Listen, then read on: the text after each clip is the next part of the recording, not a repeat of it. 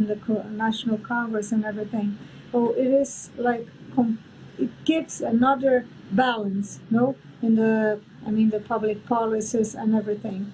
But we started to fight for human rights, but it's not all about human rights. No, it is about playing the role, completely the role of women in the society, which depends on the role inside the family, the whole in the society, in the whole in the political life, and mainly in the professional life, because the professional life is the platform of for your social and political contribution. And also, we always talked about equality, and I would say equity. I use this word as a professor of philosophy, of law, and jurisprudence. The equity is something different from equality. Equality is like what we have on rights, okay, the same rights, no? But equity means to play completely the role. I mean, ontologically, what can a man and a woman do? Yeah, the same but kind of different because of the peculiar perspective of a woman and a man. What I mean, I remember when I was in Hungary the year before last for the demographic summit, and I remember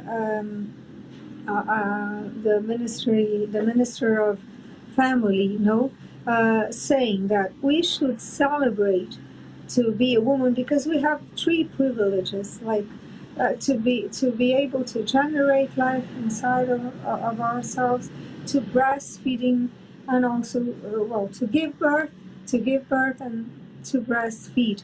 There were three privileges that we should celebrate and we should promote. Because this is a way of bringing a new citizen and then to educate a new citizen, and to build the nation and to build our culture, our traditions.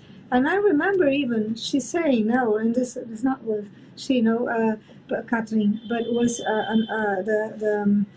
I guess the prime minister that said, no, our identity is something that was given to us, and we should cultivate this. And women can bring life and then cultivate a tradition and make a nation grow by breastfeeding and so many things at home she does, and of course with men too, But I mean, this equity means to recognize the role of women also in this motherhood vocation.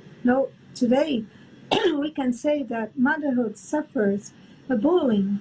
When you say that you're pregnant, for example, in your professional life, they say, what happened? No, sometimes they say, no, but what happened? No, do you want it? No, or so, and sometimes people are ashamed of being a mother, or ashamed of having a baby, and also because of the pressure they suffer when they have the baby, and then in Brazil, for example, they go back to work and they say, no, you're fired, because we don't protect life, we don't protect women, we don't protect motherhood.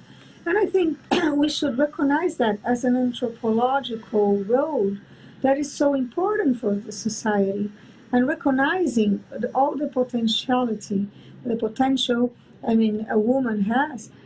We should promote all these figures, and we see that some are potentialized in the way and measure we want, and some of them are just disrespected. So I think we should look for more equality, more equity, and as I said, in the political life, in the professional life. It can't be only a makeup of saying that we protect women and we have equal rights, and then it's all written in the the acts and also in the international legislation on soft law.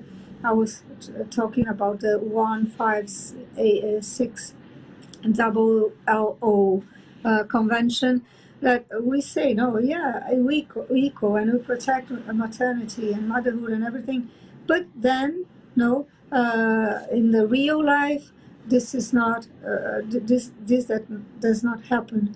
And also the voice of women. Sometimes it's a makeup.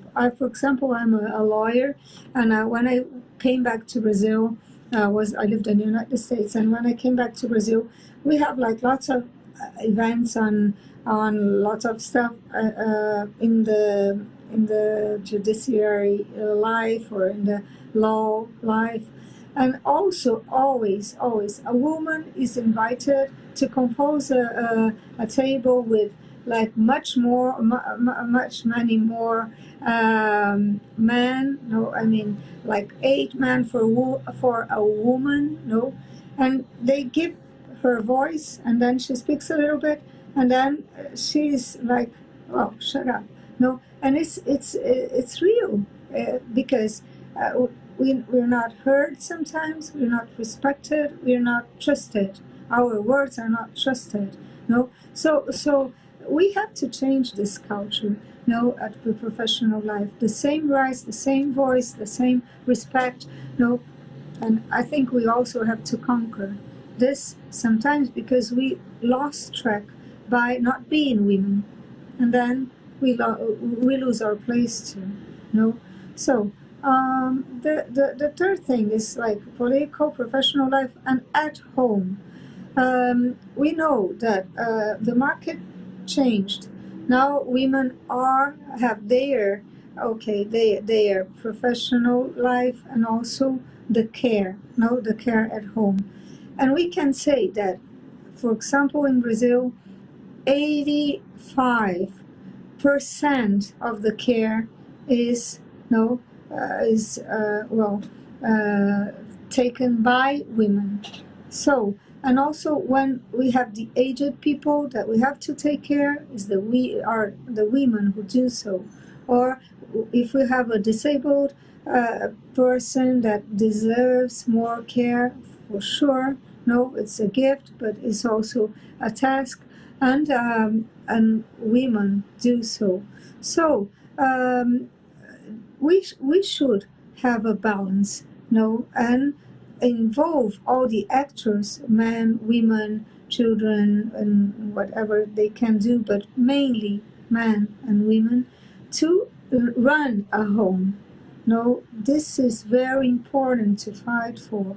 No, and also today I have to quote this, monoparental homes. That means women have to bring the money, care, and have a full-time job to have the money, to face all the things they need at home, all the needs at home. So, and sometimes this monoparental homes taken by women, is fruit of the hypersexualization too. So we have to think about these issues and have a focus at home to build another culture. And what that means. I mean, to build a culture is not all about public policies. It's not all about fighting alone at home, but both are necessary. But also to have a cultural change, we have to implement studies, to have scientific basis, to discuss points, and also to go to the academia, to write and discuss, as we're doing here. This is a very good way of bringing information, awareness, to debate, to dialogue. So, but I think, first of all, in this culture change, we have to show that opposing and saying that men are equal, men and women are equal in all ways. This is a lie. This is an existential lie, because we have our figures, we have our our differences. As I said, we can breastfeed and a man can't do that. So this is a difference and is ontological, and we have to recognize.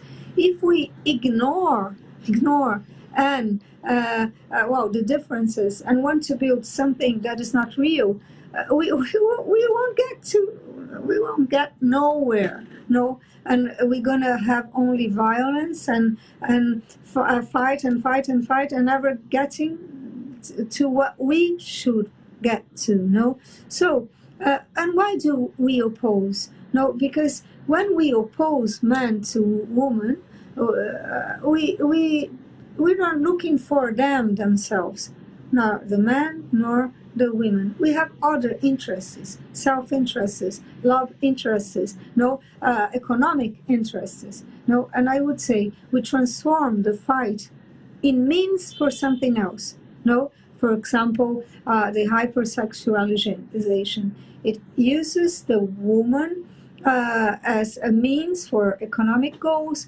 and talk about rights and talk about abortion as a right and this sexual freedom, reproductive rights and everything. But they don't see. Sometimes I think we blind women. No, we make them blind. No, without showing the reality and let them be used as a means. No, this opposition. Sometimes it is to say, I'm just like the man, so I take out my clothes and we are the same, and then we have sexual rights, and so if I get pregnant, I just put away my child because it's my right, and this child is also his. But we say, no, it's mine, and it's part of my body and everything. So this is lie. This is an existential lie, because it's not real. No, that we are completely equal. We have this equity. We share a nature, but we are different. We have different roles in this nature. So we have to give information about this and not keep on opposing each other. No, because we are transformed in means for economic goals, means for political goals. What I mean, when we start to fight, all of a sudden we need a protection, and then we go to the state and say, wow, the state protects me, protects women. And so then, for example, here we have rape. Then we build a house to receive women that were okay. So, but why don't we fight rape more than building houses to receive people and say, the state protects people, and then we are elected again? No, because women are a means of political goals too. And we don't say that clearly. We don't say that clearly. We just make them, we deceive them, and then we say we use them, and all about women. It's not all about women. It's all about money and political interests and so on. So opposing is not a way of growing. No, we are made for peace. We are human beings are dialogical. They improve by dialoguing, by rebuilding a dialogue or building a dialogue in this case. But to violence and to be mute and fight is all about animals. It's not about human beings. So I think this is a way to fight opposition and go for a calm position. Now, this would be a very good step, to build the social dialogue, to have a cultural change. Also, modern feminism go to be feminine, to potentialize all your capacities as women. Why do I say go against feminism? Because philosophically, every ism is kind of an inflation of something that you want through that. It's not all about potentializing a nature, potentializing what we really are. No, so this is sometimes what we do. We go on fighting feminism, equality, and people just try to have this battle. No, and then we are all deceived because we don't get anywhere. No, with this inflation. No, also, what could we do for a cultural change? Well, first of all, I said trying to show to where opposition takes. Try to understand what feminism is and what a good being feminine is. No, a good feminism, even we could say. I didn't find a word yet to characterize a movement towards this direction of not empowering women because the power is not given. No, nobody can give me a power I already have it. From my nature, from my my role defined in my nature. So this is what we have to think about. No, or maybe find a word to express all we want through this. This projection of women. Also, public policies is a way of having a cultural change, and I think public policies should, more than empower women, that we don't need that. Give jobs, give really job opportunities, real projection through the work. Because when she works, she can bring money home. She can divide the tasks at home, and call men for co-responsibility at home, co-educators, co-providers, parenting. So this is what we should do, like to. Beginning from giving jobs and entrepreneurship, we can have kind of an autonomy, self-respect. Have another word when you go out of home, you come back. It's kind of it changes your reality. It changes your mindset. It changes a lot. It's good for a woman to be unreplaceable at home, because no nanny, no babysitter will do your role, with your child, with your children, with your parents, whatever. No, but making the total difference you can in the social and professional life. Do we give opportunities like that? Do we truly have public policies to give job, to give equality and equity, and to call parents to do the same at home? I mean, the men too, giving this responsibility, for example, with parental leaves for men and women. And so we have to break our brains thinking about public policies that really sustain women in their political and social and professional life, and at home too, with a quality of time to spend with their children. Because the lack of a mother in the hearts of a child, the children are, very, very, transcendent, very important, and we have to think about that and guarantee this, for citizens to grow secure, loved, respected, and and seeing that he makes a difference too in his family life and outside home. So I would call for this opposition rather than for the composition rather than opposition. Not going through violence, but going to dialogue.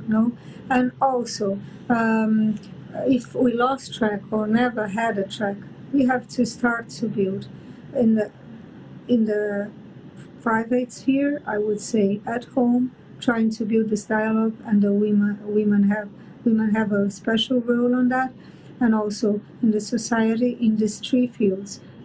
In our jobs, fighting in a good way, in a pacific way, but persevering to have our rights.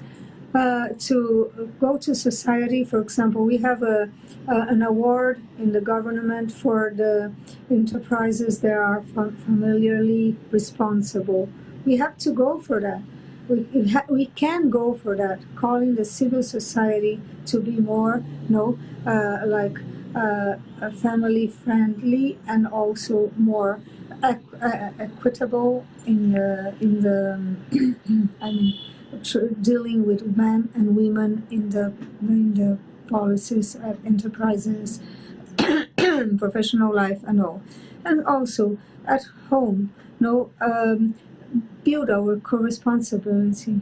See if our men are also co-educators, if they provide and we provide too, if both of us earn money, and really divide the tasks at home, even the jobs at home.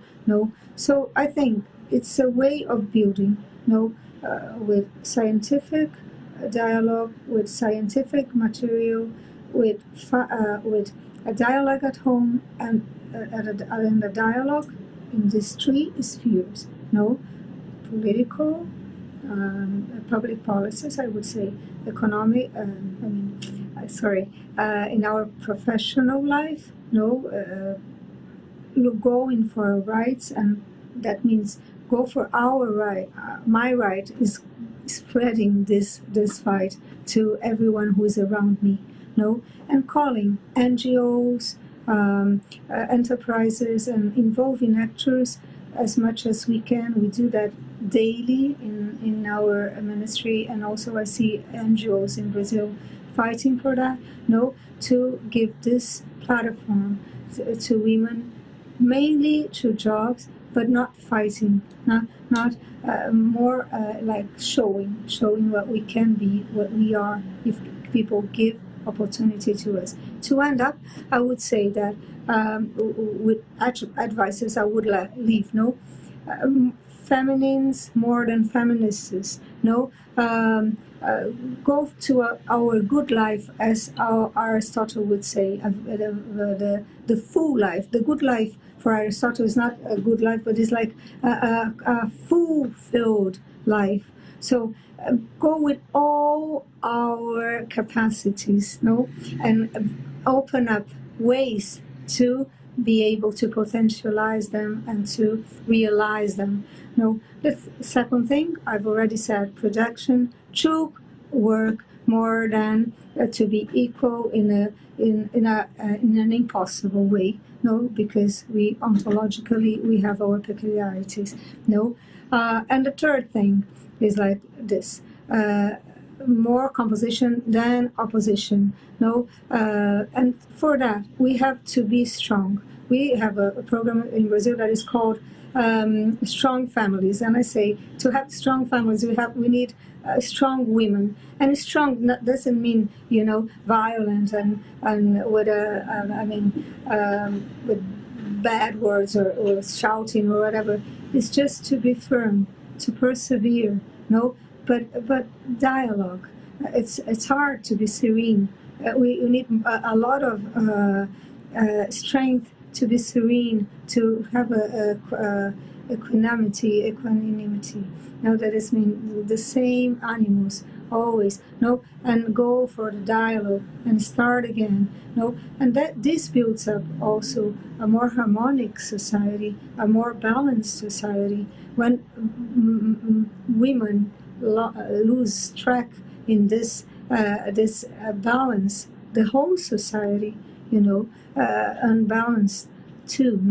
So, and to end up really, I would say that I want to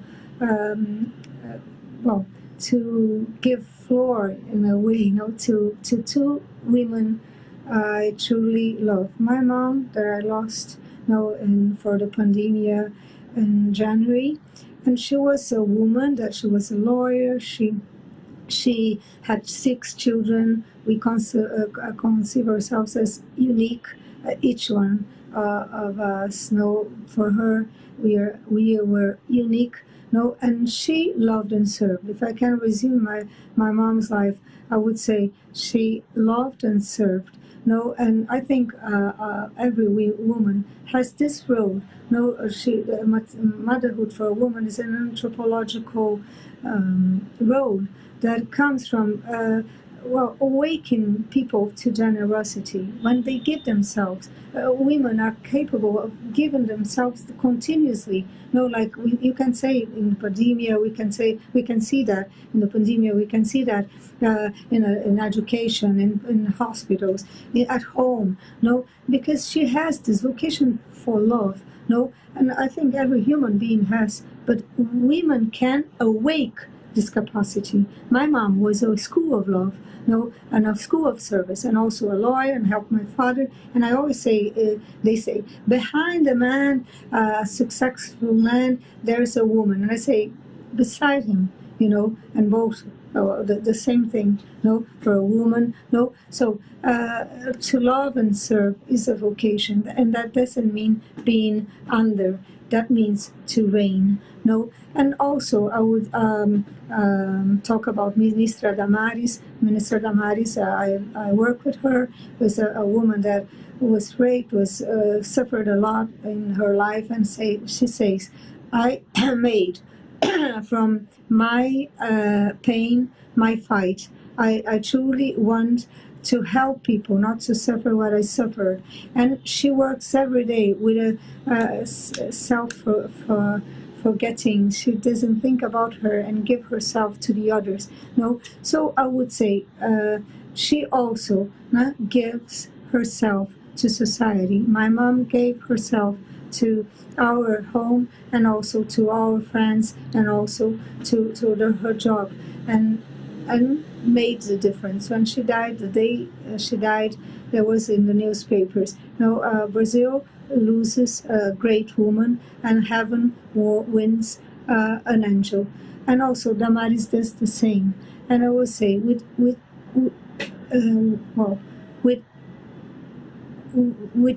virtue.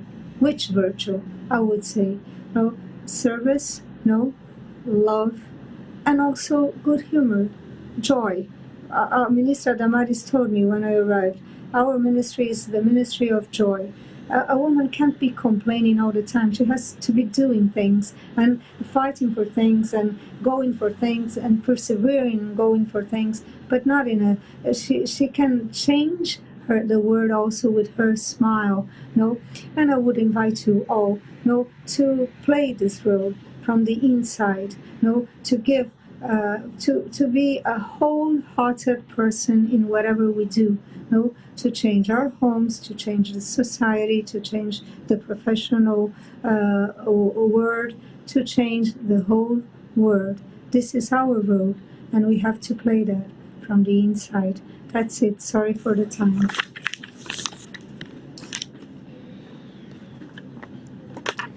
Professor Gandra, thank you so much for your insightful prelection.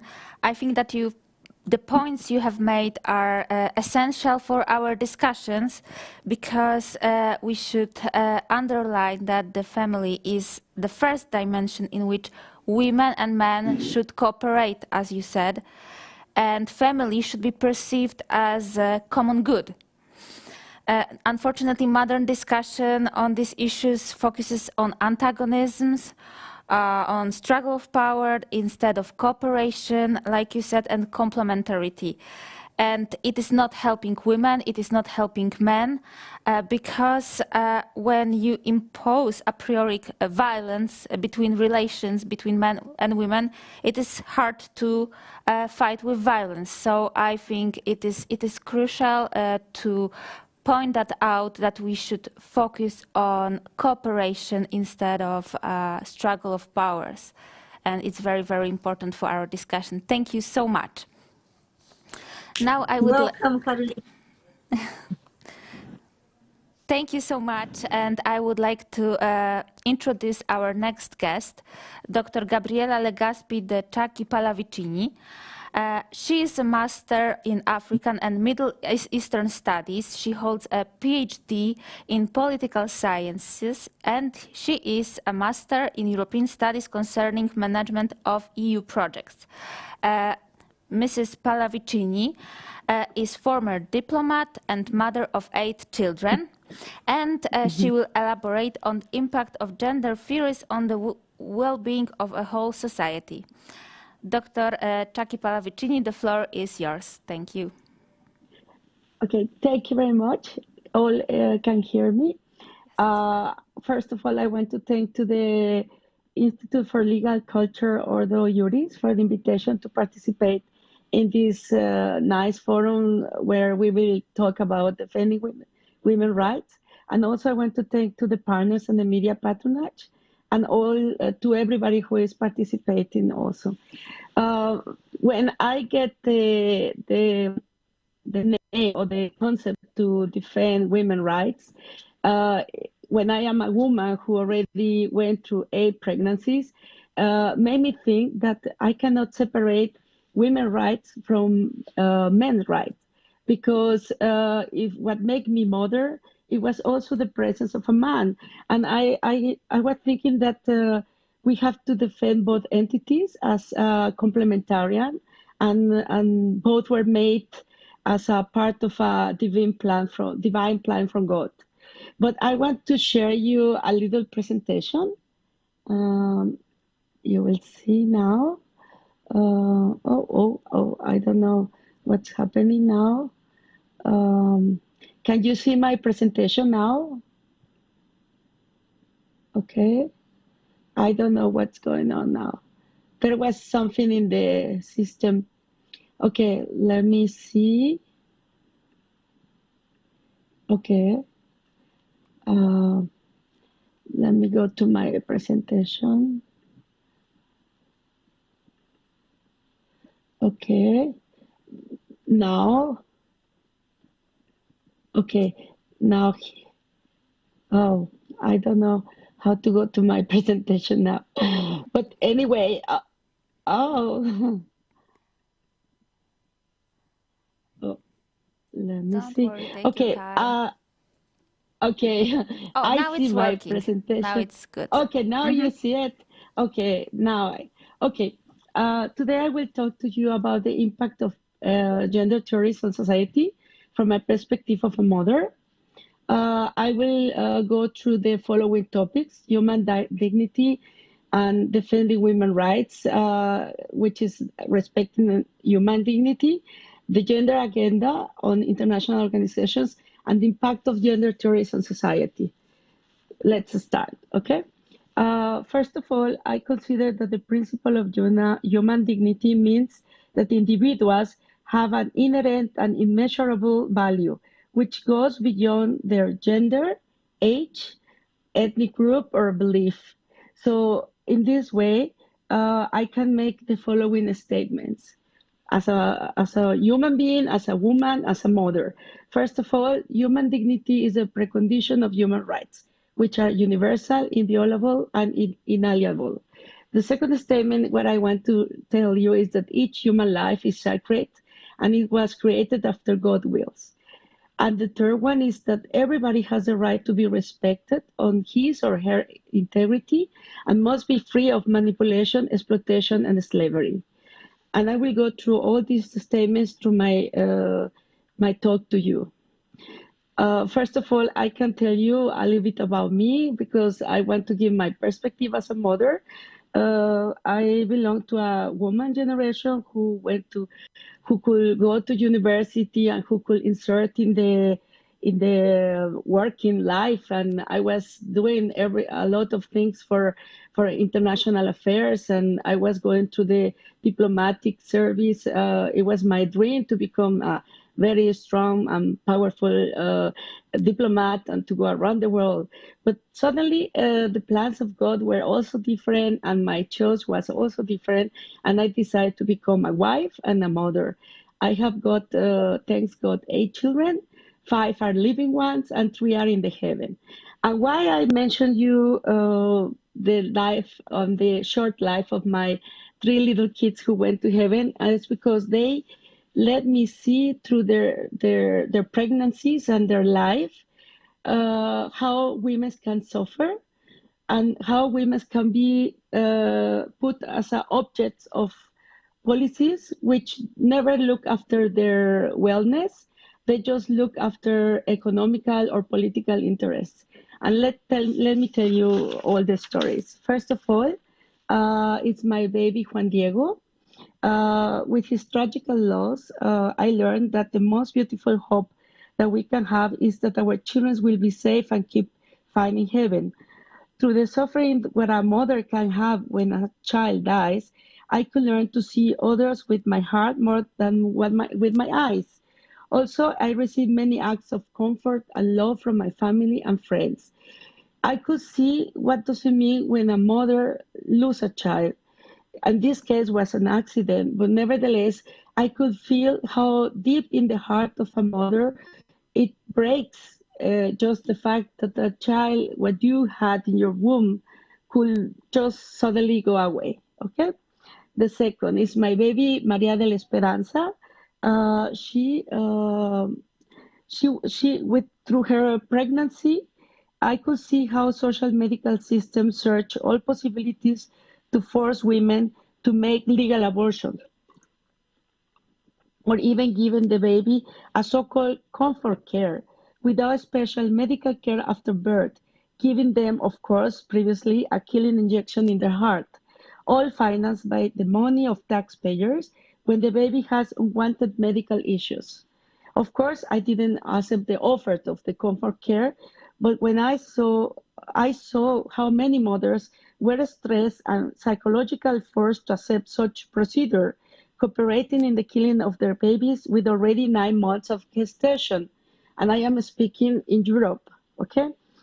Thanks to God's strength, my husband, and my convictions, we went forward and protect our baby girl. But I saw how women were manipulated with medical arguments and let them alone in a culture of death with the consequences of medical prescribed abortions. Even then, I was on a medical unit where mothers were ordering babies as they purchased products in the market. Some of them were deciding if they want to keep two or one of the babies which were implanted in their womb through the IVF. IVF.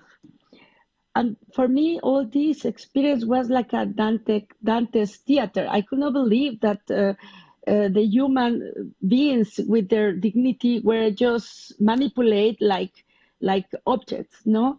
And this start to let me see more clear what's going on with this gender ideology, and I will go through more forward. Then, with our last baby, Juan Diego, he reached only 12 weeks of gestation and passed away. And he let me see, through the experience of his loss, a medical unit where parents urged to terminate pregnancies. All, in all those experiences, women were at the end alone, along with their decision and along with their consequences. After all, I saw, I can say, and I saw that the women's rights are global concerns rights after policies, but nothing to do with women's rights. I believe that defending women's rights must be placed on the right proportion and cannot be manipulated by policies and ideologies, which at the end of the day are searching for the oppression and dehumanization of women around the world. I can assure that the gender perspective is confusing the concept of women's rights, as it is not considering the integral development of women. It is placing her at the level of an instrument which can be used and misused according to global interests from pharmaceutics, politicians, economic interests, and international organizations. I am in favor to strengthen women's rights and promote a society based on equality and justice, where women can exercise their free will as men too, and can access to medical care, education, just salaries, and fair opportunities. But the promotion of women's rights usually gets confused with the promotion of gender ideology, which has nothing to do between each other. The first one contains the promotion of equality, respecting their femininity, intelligence, and intuition, and it is the perfect plan of God's creation. But the other one, it's the confusion of the humankind. And why? Let me explain you. I can show you here now my family. These are my 5 kids. And when I see my boy and my 4 girls, I am ensured that women are called to protect the sanctity of life from their womb and on when they become mothers. Women exercise several roles in life from childhood to adulthood, and mothers develop natural and intuitive talents, growing neural networks sharpen mothering skills to protect their offsprings. Okay, now I go to the second topic, defending women's rights is respecting the human dignity. And I already mentioned you that defending women's rights means respecting the integral development of the women on the basis of her physical, mental, and emotional growth. Also, is respecting the nature, intelligence, and intuition of the women as they were created, caring for her human dignity. Also, it means keeping women far away from policies or ideologies which search to manipulate and misuse them. And also, it means supporting natural law, which defends every person on his and her fundamental and inviolable human dignity from conception till natural death. The gender agenda in the international organizations. Uh, I want to say that the gender agenda include the following policies, as you see, which are already spread around the world. And this is reduction of poor population, sexual and reproductive health, fertility regulation, gender ideology, family planning, and abortions. Every of these concepts is just taking a part of the wellness, the women's, and they just subject them as objects. They just misuse them, and they are not caring for the consequences what the woman will suffer after all these regulations. I will tell you more. As you see and as you know, the World Health Organization position assumed that using the contraception procedures can advance the human right of people to determine the number of and spacing of their children, the right to health, the right to equality and non-discrimination, and the right to privacy. When I read this, I think they don't understand what they are talking about, because just to subject women to chemical poisonings in order just to reduce the world population, and then they assume they are defending human rights and the human of and the rights to the life and the liberty, the freedom of opinion, of expression. It is just a confusing and a way to just to destroy the human nature. Uh, I I go now because I consider that this policy of reducing world population is going through the use of hormonal contraception. I want just to summarize the most important effects on the natural development of the women.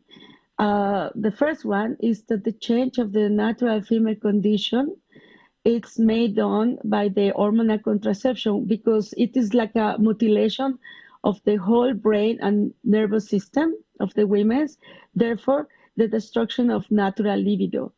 And I will go more forward about this concept after. Also, another effect is the physiological transformation of their body, their basic instincts and feelings as a full woman. And the last one, but not least, is that women stop to feel and think after their femininity, and their feelings for motherhood are destroyed, because these chemicals of the contraceptives are in fact really poisons, and they are going direct to the brain. And the brain, as you know, it's the organ which is the most sensitive to the hormonal sensors. So when you give to a woman a contraceptive pill, you are destroying her brain, and it's something that even they cannot realize it. So, as I want to say and to state more forward, is that the really true of all this is that contraceptives are made to change, castrate, and destroy the natural femininity of a woman.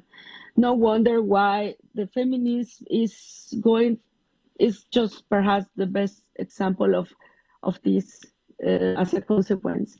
Pharmaceutical companies aware us as a women about the side effects about these contraceptives, as they call it, changes of libido, but they don't say more deep what does it mean. And I think in this point, women have the right to be informed what are the dangers of the consumption of these anticonceptives. And also they mentioned somehow with a very tiny written in a paper in the package of the contraceptive that there is more side effects like increase in depression and suicidality and a massive effect on the development of the baby in the womb. And I will go forward. Today, in several countries in Europe, reproductive policies allow teen girls to get access to contraceptives without parents' advice and even behind parents' age. Our teens and young girls are becoming hormonally handicapped in the second and third generation since 1960. They keep permanently unfriendly bound against motherhood and femininity. Unscientific sources assume that pregnant women who took hormonal contraceptives for months before gestation or during first trimester of pregnancy, because they didn't know that they were already pregnant, their babies can be harmed by those hormones. And one example, it is at the age of the puberty, those kids, sometimes they have gender identity problems. And there are some scientific sources who are even thinking that LGTB, it's perhaps developed because of this reason. For the impact of the gender theories on society. The gender agenda is a political ideology which does not represent all women.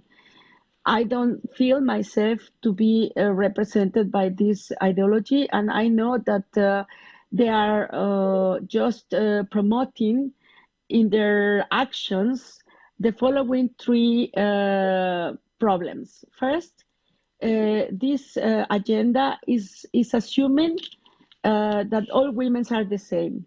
They make the so-called collectivization of women, which alienate all women as we will be in a common block.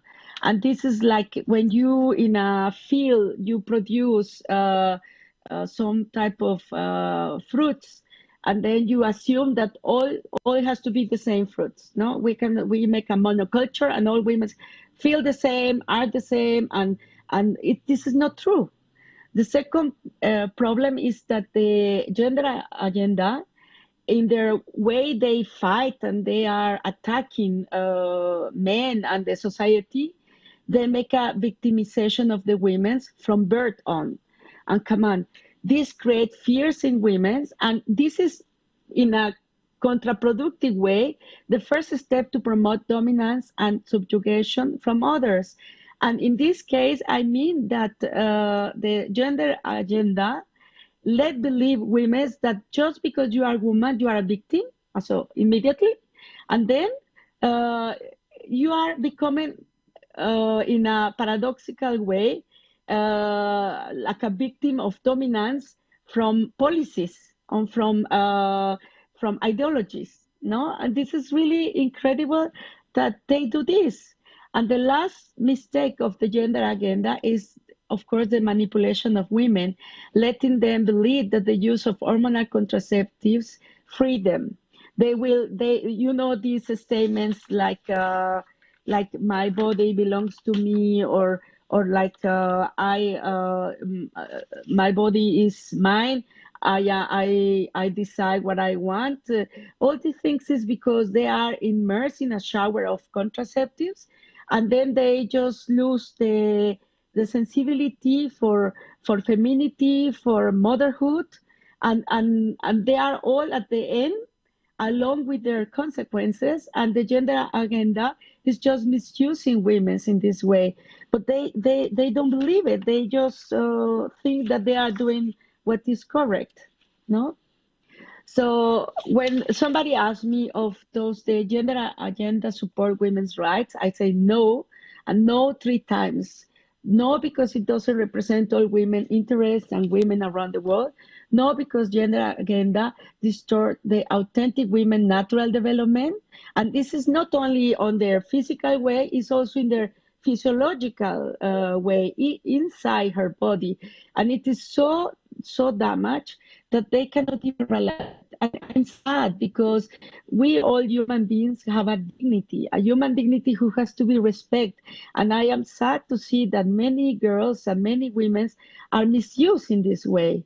And also, I say that the gender agenda does not support women's rights because gender is destroying family rights and the future of human life.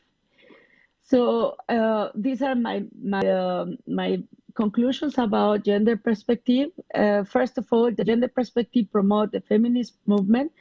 Feminists are already, in my opinion, and I don't want to hurt, but it's true. They are mentally and intellectually handicapped after chronic intake of synthetic oral contraceptives. Women whose basic instincts are hormonal mutilated cannot dictate the life perspective of healthy women, for example. Gender agenda stress over life and dictates them to follow lines of sexual and reproductive health programs, leaving them alone at the end of the consequences. For example, just they convince them that you have the right to a legal abortion, and at the end, they don't help them with the consequences of these actions. That an abortion make a horrible harm in the soul and in the heart and in the brain of the women. Okay.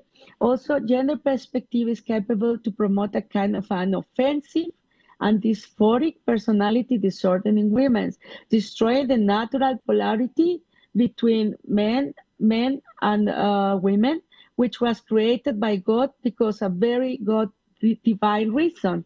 And gender is, I can conclude, that destroys the family entity and its members.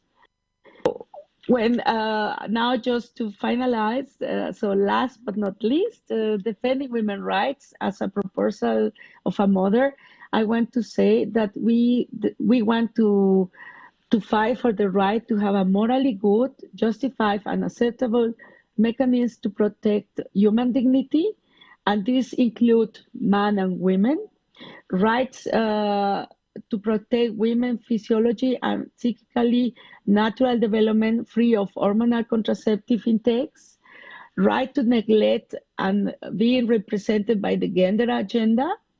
I really want to fight for the right that taxpayers neglect the use of their contributions to practice abortions and other inhuman reproductive rights.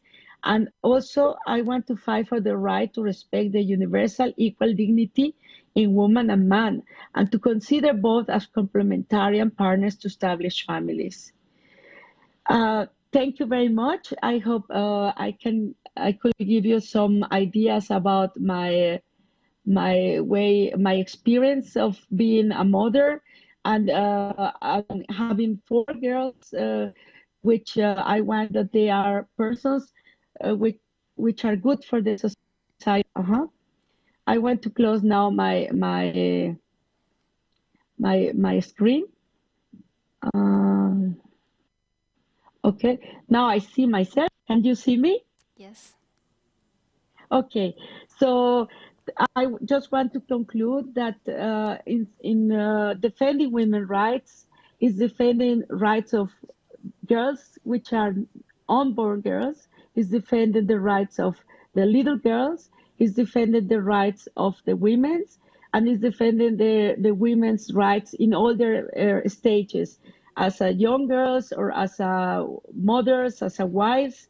They have to be protected and they have to be keeping away of these chemical poisons.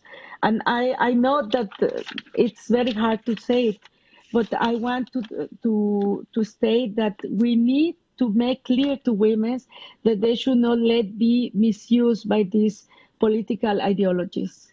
Thank you very much. Thank you. Thank you so much. Thank you so much for your speech. I think that you've raised many so important points in your prelection.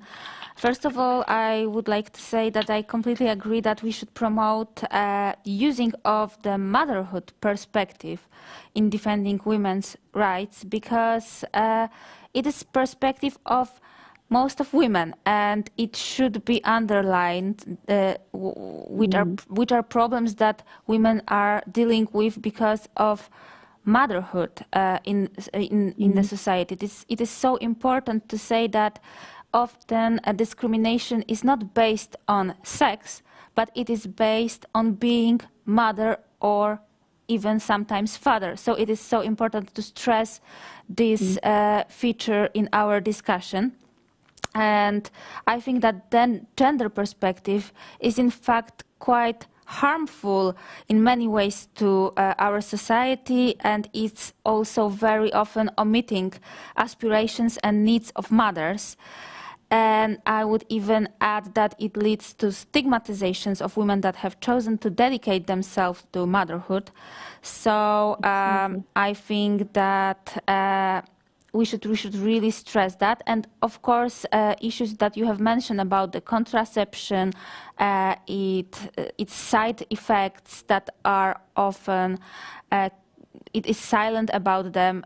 It is something that we should also discuss and say about these things loudly to make women more conscious about how contraception can be dangerous to their health. Thank you so much. Yeah.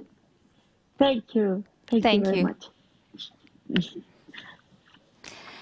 And now I will pass the floor to our next guest, Mrs. Sharon Slater.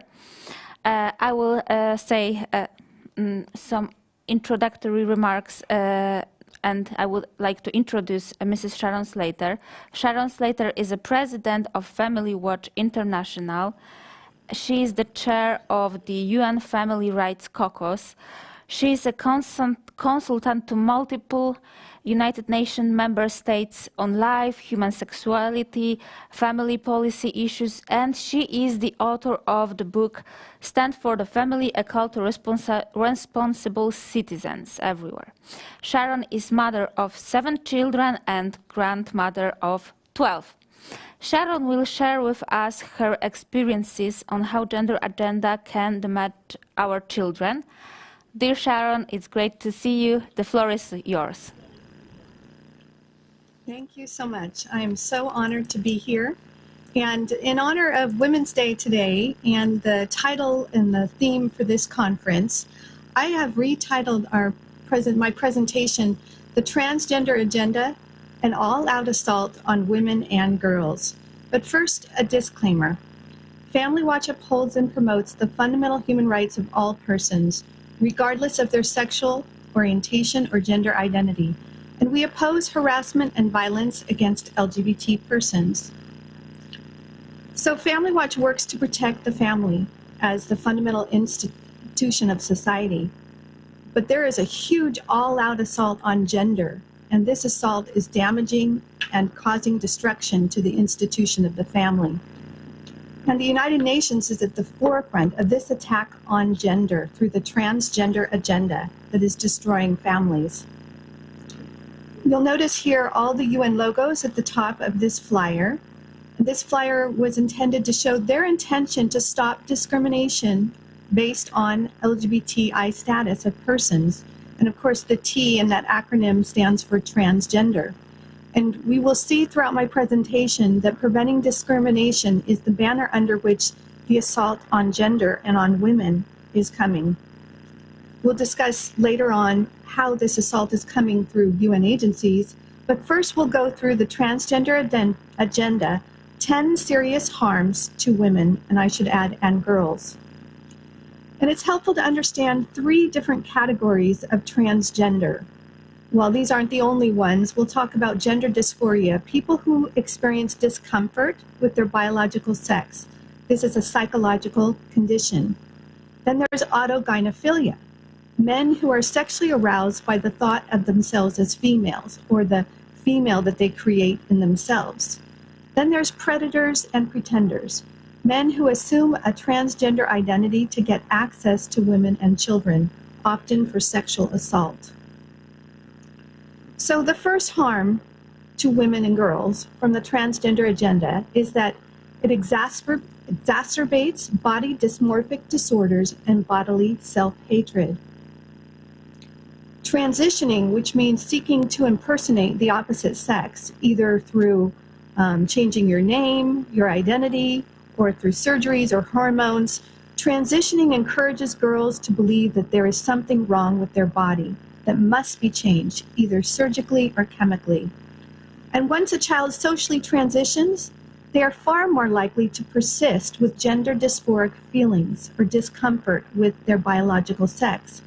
And once a child socially transitions, they're far more likely to medically transition through hormones, cross-sex hormones, or surgeries.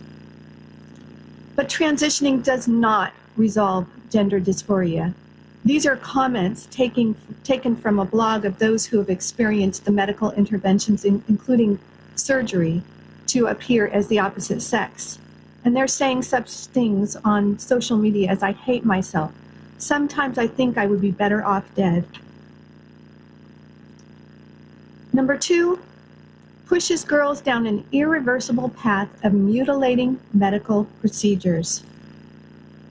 This is courtesy of Dr. Michelle Cretella of the American College of Pediatricians, and it shows that blocking normal puberty or administering puberty blockers puts the female body in a menopause-like state. It blocks normal breast development, can cause sexual dysfunction as an adult, it can prevent ovulation, leading to infertility, it can disrupt normal brain development, and disrupt normal bone development, which causes increased risk for fractures. Taking the wrong sex hormones or the cross-sex hormones, for example, females on testosterone can cause cardiovascular death, severe liver dysfunction, breast cancer, and much more. Then there's breast bindings to appear as a male, which can cause difficulty breathing, back problems, tissue damage, fractured ribs, and blood clots. And this is actually being advertised at transwear.com. It's a fake penis for girls. And it says in the advertisement, "This is our smallest packer and is intended for young trans youth under 6. So they're actually encouraging children as young as 6 to impersonate a male by wearing a fake penis, if you can possibly imagine the damage that that might cause that young child. Then there's an amputation of healthy breasts in an attempt to appear as the opposite sex. Number 3, it leaves women and girls infertile for life. Puberty blockers almost always lead to cross-sex hormones, which almost always lead to genital surgeries, and at any point in this stage of so-called transitioning can cause infertility. And if you've gone through the genital surgery, you're definitely going to be infertile for life. That is an assault on the family. 4, perpetuates unhealthy, grotesque, and degrading sexual stereotypes for women. Transgenderism reinforces harmful stereotypes, sexualized stereotypes for women, such as this photo depicts, and these photos. Now let's talk about autogynephilia, men who become sexually aroused by impersonating a woman. This is degrading and leads to the exploitation and sexualization of women. Though these men may seek breast enhancements, their male genitalia is functional and intact. Then there's tucking. This is a fake vagina, a sexy female vagina for your panties, close-fitting and convincing. It will completely hide the male organ naturally, is the goal for this. Number 5, increases sexual assaults against women and girls. This is just a very small sampling of predators who have been caught impersonating women to sexually assault women or girls. Paula Witherspoon, age 56, twice sent to prison for molesting young girls, but now IDs as a woman and asserts legal rights to use public women's rooms. Then there's Dakota, age 19. He advocated for laws giving trans women access to women's bathrooms and locker rooms, and later was arrested for raping a 4-year-old girl just 9 months later. Then there's Katie, age 18, a trans woman arrested for sexually assaulting a 10-year-old girl in the women's room of a grocery store. And this is just scratching the surface. Here is an advertisement for a women's organization trying to prevent these kinds of assaults on women, and has a picture of all these males who have identified as females to assault women. And it says, which of these individuals identify as female? Can't tell. Neither could the girls they abused. Number 6, destroys women's sports competitions and denies women's sports scholarships. Here is a recent article from the Washington Times showing that transgender sprinters finished first and second at Connecticut Girls Indoor Track Championships. Number 7, increases suicidal ideation, suicide attempts, and suicide deaths.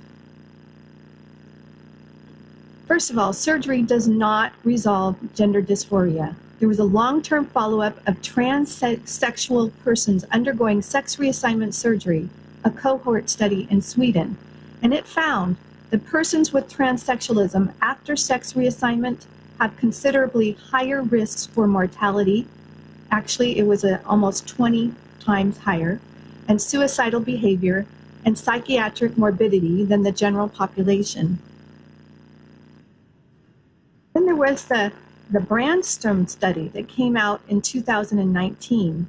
It was with the Journal of Psychiatry, American Journal of Psychiatry.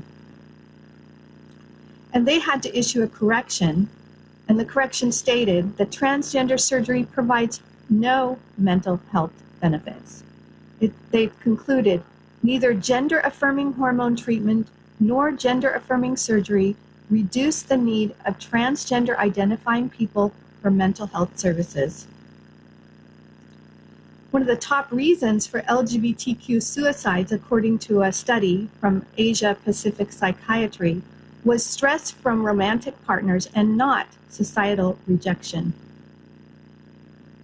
Number 8, leaves women with multiple negative mental and medical health complications.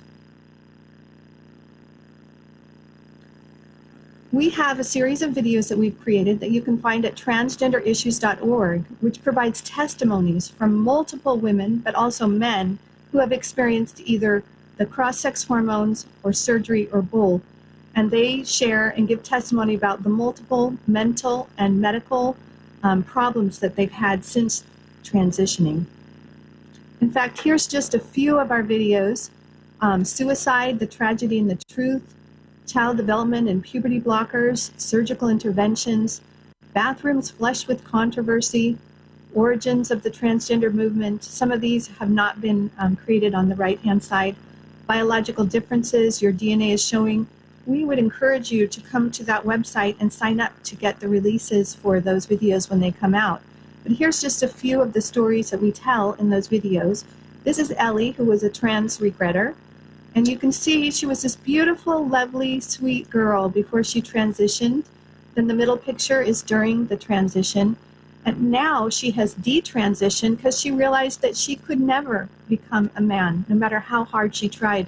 But yet she's stuck with all sorts of negative medical health issues, like a very deep voice and different parts of her body that are male appearing. We also have the story of Sydney. Here she is before transition, during transition, and after transition. Then there's Kira Bell. Again, before, a sweet little girl, during, and now detransition. Now, Kira Bell is quite famous because she filed a lawsuit against the National Health Service in the UK, and she just won a favorable ruling. The High Court ruled on puberty blockers that children need to be protected from these. According to the Daily Mail, campaigners, which was Kira Bell, say common sense has prevailed as High Court rules children under 16 are unlikely to be able to give informed consent to take puberty blockers. Could you imagine, could a child possibly understand what it would be like to lose their fertility when they're trying to make these kind of decisions? Fortunately, this was a wonderful court ruling saying that children under the age of 16 cannot consent because they cannot understand the future implications. Number 9, eliminates safe spaces and privacy rights for women. Now, this is an article from the Telegraph. This is a transgender prisoner, born a male, who sexually assaulted female inmates after being jailed for rape, and he was sentenced for life. And yet he had the opportunity, because they were accepting the non-discrimination argument that men who identify as women should be treated as women in the prisons, and then he had the opportunity to assault women. And in this article, transgender policies in women's shelter are causing conflicts for residents in Canada. And one of the males who was impersonating a woman and frequenting the shelter said, "I'm just here because I'm hiding from the police. I just put on a skirt and paint my nails and walk in, and they can't say anything to me." That's what happens when non-discrimination laws are passed, establishing gender identity as a protected class. Number 10, destroys marriages and the institution of the family. And this is important to end with this section of my presentation. Gender dysphoria during childhood does not inevitably continue into adulthood. This means that if you just leave these children alone when they're experiencing gender confusion, this will resolve itself as they become adults. According to this study, 77% to 94% of children who identify as the opposite sex as a child will grow out of it and accept their biological sex. So this is the second portion of my presentation, where we're going to talk about the United Nations and all the UN agencies' assault on gender. Or I should say, many of the UN agencies. We would never have enough time to expose all the UN agencies and everything they're doing to promote the transgender agenda. But it's very deeply disturbing that the World Health Organization, that's supposed to set the health standards for the world, is pushing the unhealthy transgender agenda medically.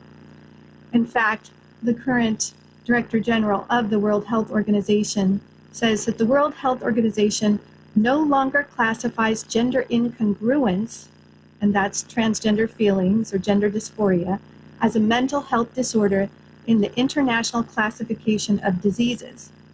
Now you'll note they still left gender dysphoria in the classification of diseases because it actually is a disease, but they're trying to declassify it as a disease at the same time by calling it gender incongruence, so that insurance companies will be forced to provide the services such as cross-sex hormones and surgeries. So they want to have their cake and eat it too. Now here's their definition for gender, their fact sheet, which says, it is also important to recognize identities that do not fit into the binary male or female sex categories. And it promotes gender affirmative care, defining it as hormonal treatment or surgery interventions designed to support and affirm an individual's gender identity. Now, in this publication called Sexual Health, Human Rights and the Law, we have both the World Health Organization logo on here and also the Human Reproduction Program. And if you go to the World Health Organization website of the Human Reproduction Program, you will find that all these UN agencies are part of it: UNDP, UNFPA, UNICEF, the World Health Organization, and the World Bank. And in this publication, it states, for people whose deeply felt gender does not correspond to their sex assigned at birth, access to hormonal treatment or gender reassignment surgery or other treatment may be needed for the protection of their health, including their sexual health. So in other words, they are defining sexual health as including access to hormonal treatment or gender reassignment surgery, despite its multiple harms. And where is this all coming from through these UN agencies?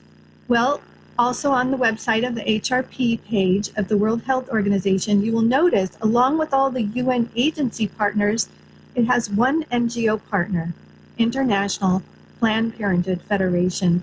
And it is International Planned Parenthood Federation that is pushing these agendas through all of the UN agencies. UNAIDS transgender agenda. Again, transgender persons have the highest rates of HIV/AIDS, and yet UNAIDS is pushing their agenda. Here is their inclusion agenda, which includes gender identity recognition, respect for gender expression, and equitable, stigma-free health services, which is code for surgeries and cross-sex hormones and puberty blockers.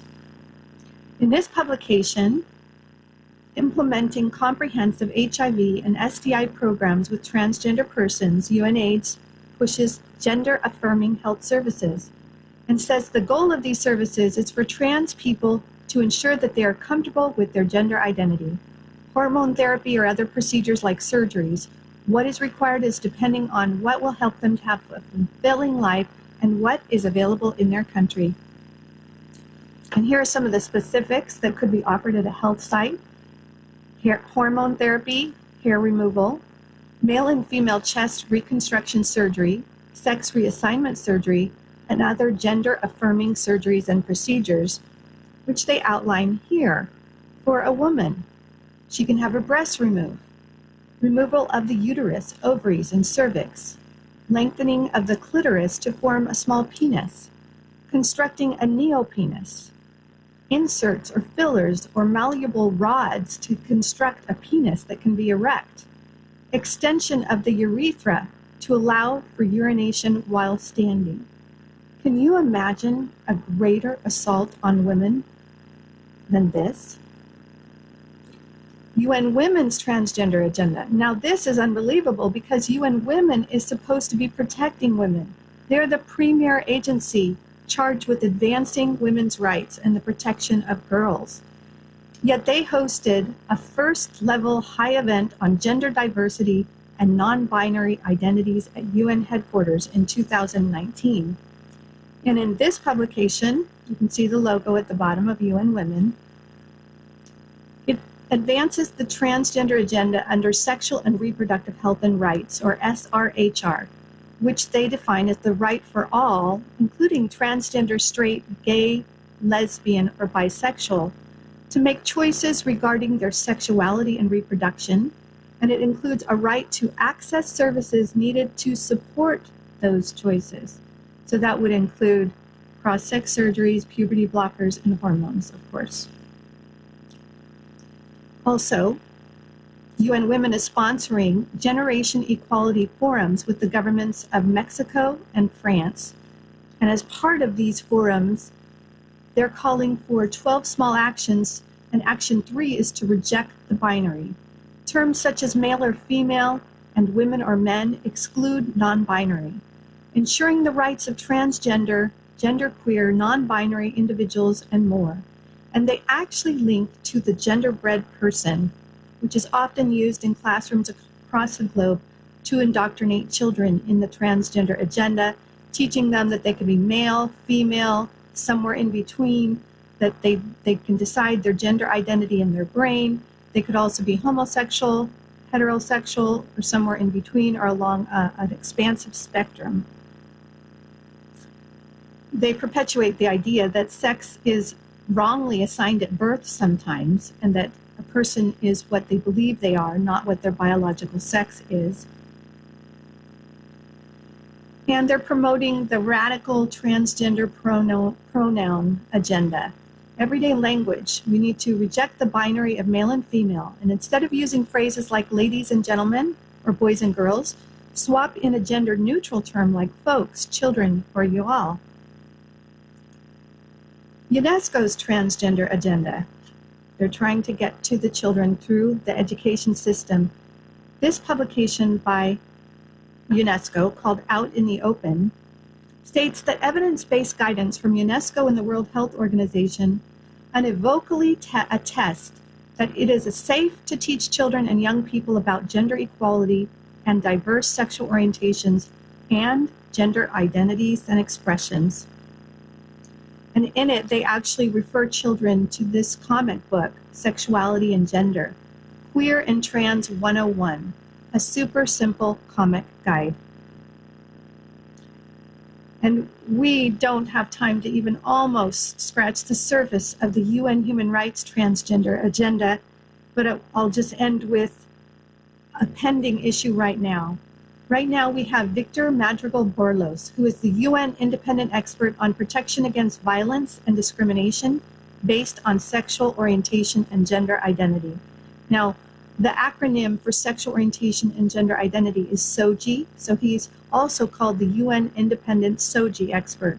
And his goals that he's stated in various publications include decriminalizing homosexual sex, to ban therapy for same-sex attraction, to mainstream transgenderism in society, and to indoctrinate young children in SOGI ideology. But most recently, he issued a call for input to a thematic report that he's preparing on gender, sexual orientation, and gender identity. And he's accepting submissions through March 14th. So there's actually still time to submit if you're on this call and would like to do so. But there are 8 serious problems with this SOGI expert's call for submissions, because his call seeks to mainstream gender theory, also known as queer theory, into international human rights law. Number 2, seeks to redefine gender in international law and policy to advance rights based on sexual orientation and gender identity. 3, he uses the terms gender-based approaches, gender perspectives, gender mainstreaming, gender equality, and gender framework, words that appear in countless UN consensus documents to advance SOGI, or sexual orientation and gender identity, even though the nations that signed on to many of these UN documents and treaties never envisioned them encompassing transgender rights. Number 4, seeks to identify obstacles to comprehensive sexual education, which incorporates diverse sexual orientation and gender identity perspectives. 5, seeks to identify religious narratives that have hindered legislative or policy measures based on SOGI. Number 6, requests examples of narratives on gender ideology that are used to introduce regressive measures for LGBT persons. 7, requests examples where the rights of freedom of religion and belief have limited the sexual and reproductive rights of LGBT persons. Requests examples of public expressions or statements by political and/or religious leaders that have led to the suppression of public policies based on gender frameworks. So I guess we could rephrase a lot of this in that he's seeking to name and shame anybody who has publicly opposed the radical gender ideology and the imposition of the transgender agenda through laws and policies. Now, this is very serious because there is a concept in international law called customary international law, which states that there's obligations arising from established international practices as opposed to obligations arising from formal written conventions and treaties. Or it's also understood as a general practice accepted as law that exists independent of treaty law. So this SOGI expert is really trying to create customary international law by creating these reports after reports and combining it with the reports of other UN experts and other UN agencies to say that nations are now bound by the transgender agenda or laws implementing the transgender agenda as a matter of customary international law. But fortunately, there is another principle in international law. This is the Oxford Public International Law publication, and it's called the Persistent Objector Rule in International Law. And this objector rule is said to provide states with an escape hatch from the otherwise universal binding force of customary international law. It provides that if a state persistently objects to newly emerging norms or customary international law during the formation of that norm, now we're talking about possibly the call for submissions from this SOGI expert, this is the formation of that norm, then the objecting state is exempt from that norm once it comes into fruition. So it's very important, especially if anybody from the Polish government or other government leaders, I know we had the Honorable Secretary of Families, Angela, from Brazil. It's very important that nations that do not want the transgender agenda imposed on them as a matter of customary international law, that they issue formal objections every time UN agencies or UN experts or UN committees push for reinterpreting UN documents or gender terms to encompass the transgender agenda or transgender rights. So I'll end the presentation with a call to all of you who are listening to protect women and girls from gender ideology. We encourage you to sign our petition that it says, we call upon UN member states to reject the reports issued by the UN independent expert on SOGI and to censure him for his ultra vires actions that will lead to the destruction of the natural family, damage children who will receive harmful, comprehensive sexuality education designed to indoctrinate them in radical gender and sexual ideologies and queer theories, and will denigrate and abolish the many hard-won rights that have been established for women and girls. You can go to this page at familywatch.org. Just simply put in the URL, familywatch.org/SOGI petition. Again, SOGI stands for Sexual Orientation and Gender Identity petition. Again, that's familywatch.org/SOGI petition. We need people signing this from all around the world so we can submit this to the UN and to all UN member states to stop the radical agenda of this SOGI expert. Again, we just want to invite you to also go and to understand much more in depth the issues that we've been discussing here through watching our series of videos. Go to transgenderissues.org and sign up to receive notice every time we release a new video. There are a number there that are already live.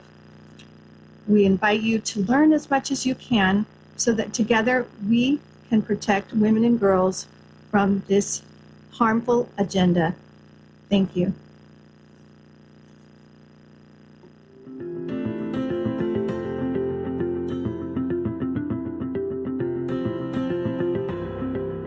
They are financing and prescribing dangerous hormonal drugs and prescription narcotics to a minor without his mother's knowledge. The adult transsexual community trying to intervene in the destinies of children who aren't even their own. You take a young child and you just start calling them by their new name, kind of like a cult would do, right? A cult renames you and shaves your head or whatever they do to kind of initiate you. They're indoctrinating your child with the worst possible worldview and ideology and character shaping and identity shaping gaslighting propaganda you could ever try to conceive. They will wrestle your right to stop your child from wrecking their life before they even know what they're doing to themselves. You know, everybody that's a parent should let that sink in. My ex-wife, she began telling my son that he was a girl. My son was saying, "Mommy says I'm a girl." You're a boy, right? Yep. I'm a girl. Who told you you're a girl? Mommy. She began cross-dressing my son, and then she registered him in school that year as a girl. The burden of proof is on me to prove my son's actually a boy.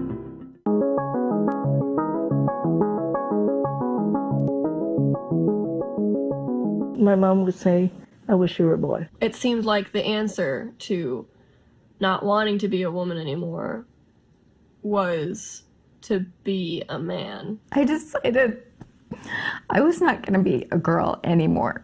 My body had, betrayed me. I had just gone through a very traumatic sexual experience. My trans identity was connected with hating myself. The prospect of completely changing your body, your life, your identity is very compelling to a teenager who's just learning to cope with mental health issues.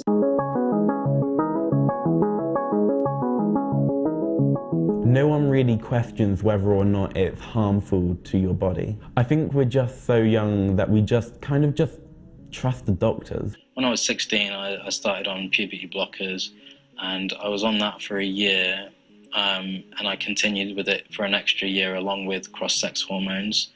I felt angry that, no one was there to really say any different, and I was allowed to run with this idea that I had. I set an appointment with Planned Parenthood, which I know a lot of people do to get hormones because it's easy. Imagine giving 8-year-old girls testosterone. This is unbelievable. We're going to open up our transgender hormone replacement services to patients who are under 18. Cross hormones, I can get a deep voice, I can get a beard, I can get a flat chest. How young is too young? Before they were giving cross-sex hormones at 16, then it was 12. Now it's 8. Cross-sex hormones are toxic. Girls in the United States as young as 13 and 14 years old are having mastectomies of completely healthy breasts. Here's the other thing about chest surgery. If you want breasts at a later point in your life, you can go and get them. She said, if you want breasts later in life, you can just go and get them. Is that correct? Can you just get a new organ, mail order it, have surgeons put it in? You cannot. If you operate on somebody with that condition, you're not doing them any service because you're not addressing what's really wrong. I thought, I'm never going to use those organs. I never planned on having children. You know, like, I might as well just get rid of them. I am speaking out because I love my daughter. She has been a victim of affirming medical procedures, and I was powerless to stop doctors from harming her. A phalloplasty is about creating a penis through tissue transfer. So we take tissue either from the forearm or from the leg, or sometimes both, and transplant it down to the groin area to create a phallus. Well, as you can see here, my right thigh was the donor site, and this scar on my left leg is from the skin graft covering the donor site. After my phalloplasty surgery 3.5 months ago, I've been dealing with some complications with urinating. I'm right now in the hospital because I wasn't able to urinate at all. I get this like extremely painful shooting pain. Some of the worst pain I've ever had in my entire life. I had to be rushed down for a second emergency exploratory surgery because I was spurting blood from my groin and they weren't sure why, and that's when they found out it was an arterial bleed. My nipple was not looking so great. It kind of looked like a raisin, as you can see here. The skin was pulling away from it and you could see like the layers of skin underneath. I hated a part of myself so much that I felt like I had to literally cut it off. I had to remove healthy body parts to be okay with myself. So we're talking over my natural original body. I made a really dangerous choice that I have to live with. I have to live with this for the rest of my life. And it terrifies me.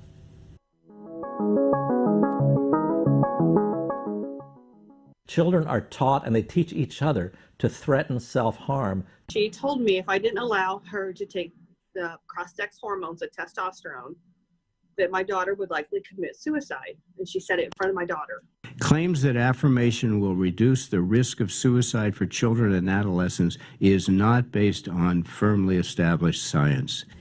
By 30 years out, the suicide rate among the adults who transitioned was 19 times greater. When these kids go to the internet, one of the things that they're instructed to say is be sure you tell your pediatrician or your psychologist that you want to kill yourself, because that's how you get your drugs. An undercover investigation by Culture Guard recorded child psychologist Dr. Wallace Wong. Hi, my name is Dr. Wallace Wong.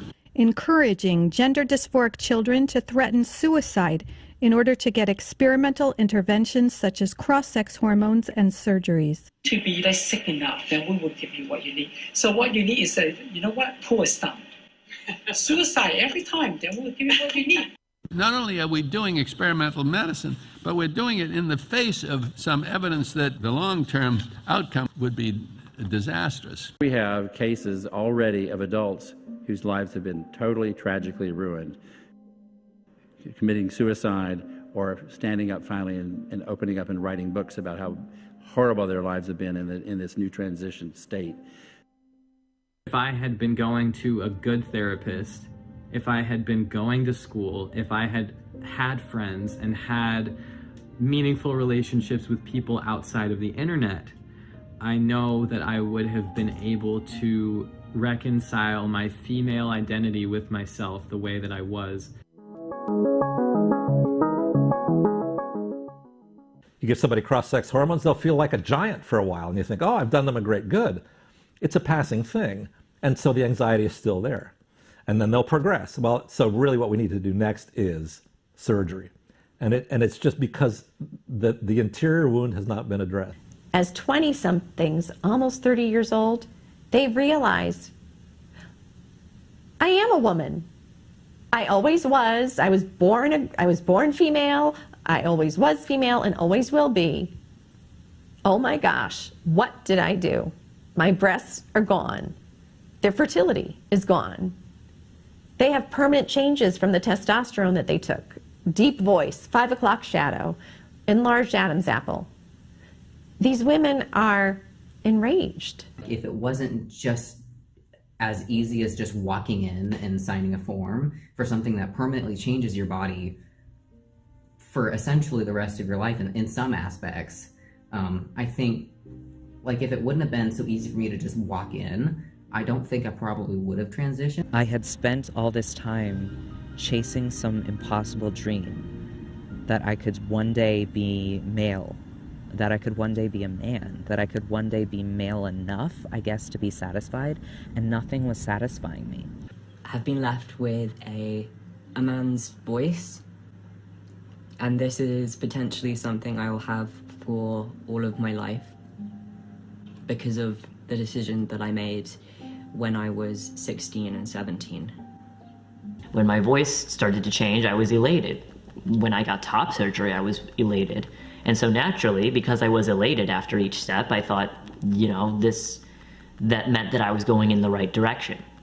But when I was finished, I was left incomplete, broken. I couldn't even say the words, "I regret my transition." I couldn't bear to hear myself say it. It was the unthinkable. It was my greatest nightmare. If you look at children, we use a fancy term, desistance, but just means how many of these kids will grow out of it as they've studied it. Anywhere between 61 to 98%, depending on the study. So maybe roughly 80, 90% of kids will just grow out of it if, you know, either helped with counseling or left on their own.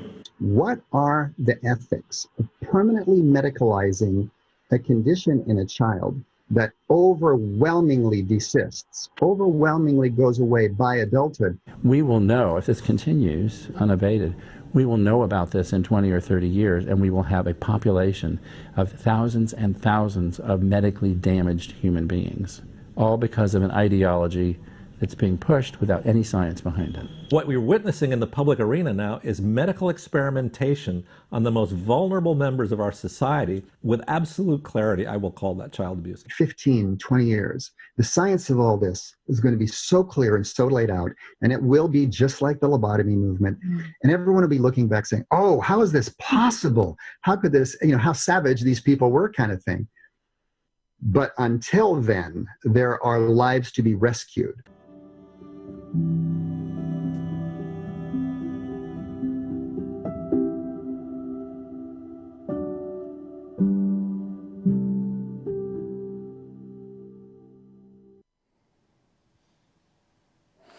Dear Sharon, thank you so much for sharing with us this important data on consequences of the gender agenda of young people, and for sharing with us this touching and breaking movie with testimonies of victims of this transgender agenda. I think that this scientific data should be an issue of a widespread discussion, and people should be aware of it.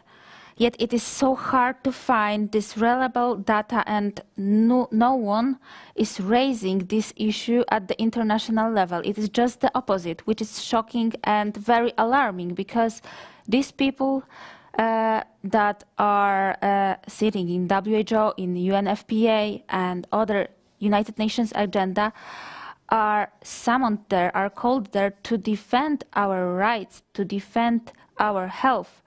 And this is really alarming that they are just ignoring this very important knowledge.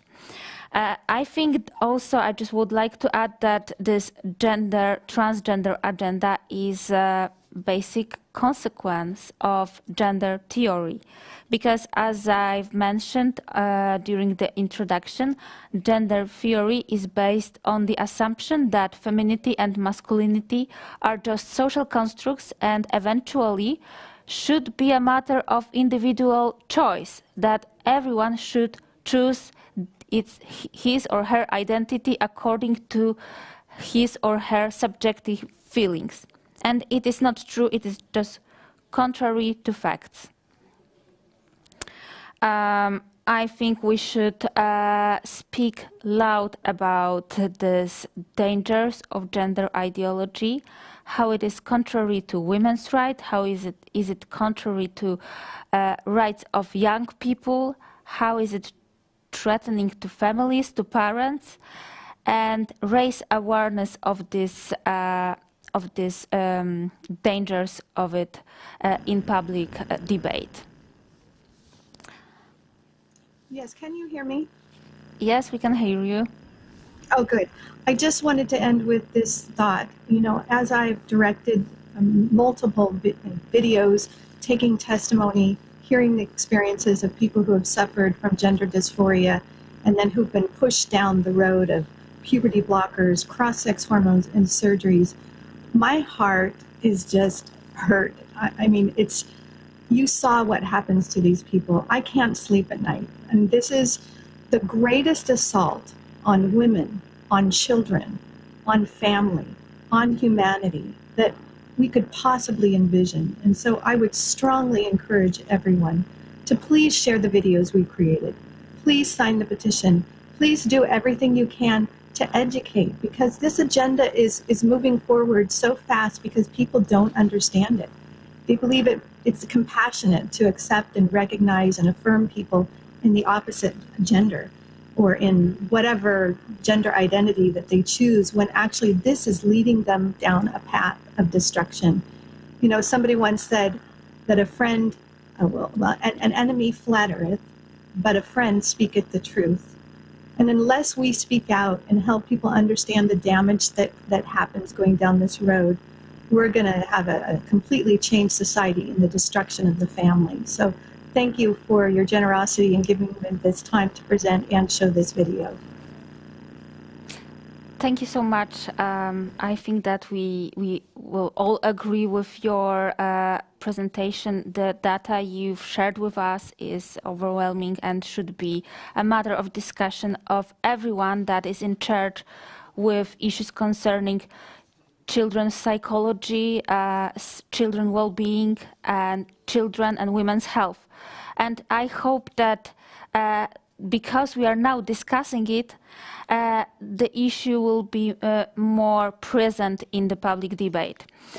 Now I would like to introduce our next panelist, Mrs. Alix Lejar, who will talk about how gender perspective compatible with women's perspective.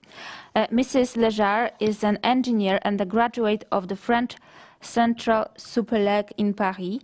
Mrs. Alix plays leadership roles in French and foreign automotive companies, and since 2015 she is also a delegate to the European Parliament of the French non-governmental organization Femina Europa.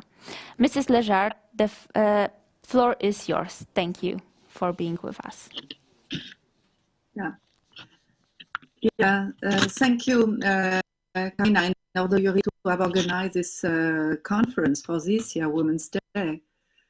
With this conference, you give voice to different women of the world and give them the opportunity to say what are real women's rights. So now I'd like to share you my presentation.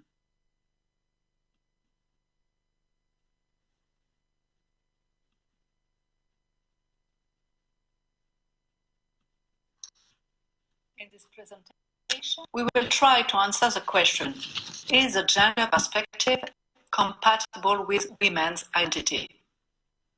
Our presentation will be in three parts. First, we will expose the development of gender feminism.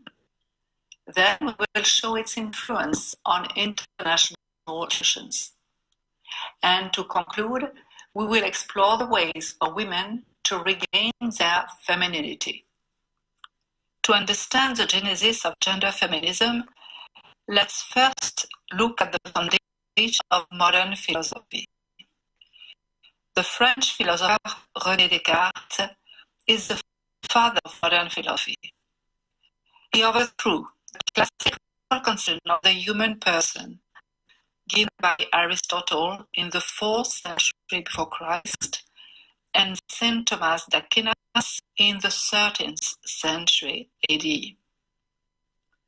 The cornerstone of this thought is though, and he drew the consequences of it: separation of mind, primacy of the spirit of the body, and the goal of humankind is of lords and possessors of nature. As a result, the harm of the human being as spirit and body. Now on, the body has a utilitarian vision, and it no longer participates in the process of human knowledge with its 5 senses.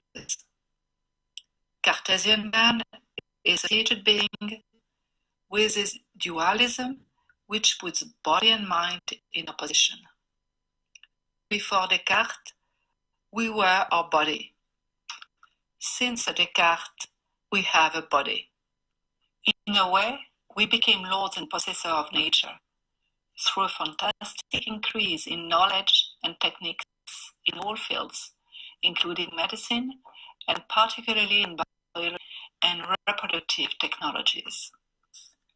In this modern way of thinking, the body is an object to be mastered, and especially the woman's body. Nowadays, in medicine, the female body is considered as a machine that must be domesticated, optimized with techniques, which can be exploited, even merchandised. Think about contraception, abortion, assisted reproduction, IVF, surrogacy, etc. All feminist movements of the 20th century made theirs these techniques of enslaving their own body with the slogan, "My body belongs to me." A remark: only the topic of surrogacy and of state mothers divides radical feminist movements. Now, all feminism embraced the perspective. 3 women philosophers, writers, feminists, strongly inspired the 20th century gender feminism: Simone de Beauvoir, Monique Wittig, and Judith Butler.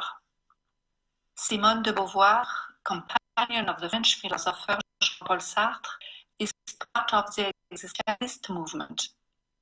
She turned the existentialist mantra that existence precedes essence into a feminist one. One is not woman, but becomes one. We find it in The Second Sex that she published in 1949. She was a talented writer, an atheist, young alongside feminists, and in for abortion and euthanasia. De Beauvoir is the first to have articulated the sex-gender distinction, that is, the distinction between biological sex and the social construction of gender with attendant stereotypes. Beauvoir advocates for the liberation and empowerment of men. A historical, scientific, and sociological approach, she tries to demonstrate to what extent men alienate women. Marriage is for her a disgusting institution, and motherhood itself is seen as an alienation and almost a regression.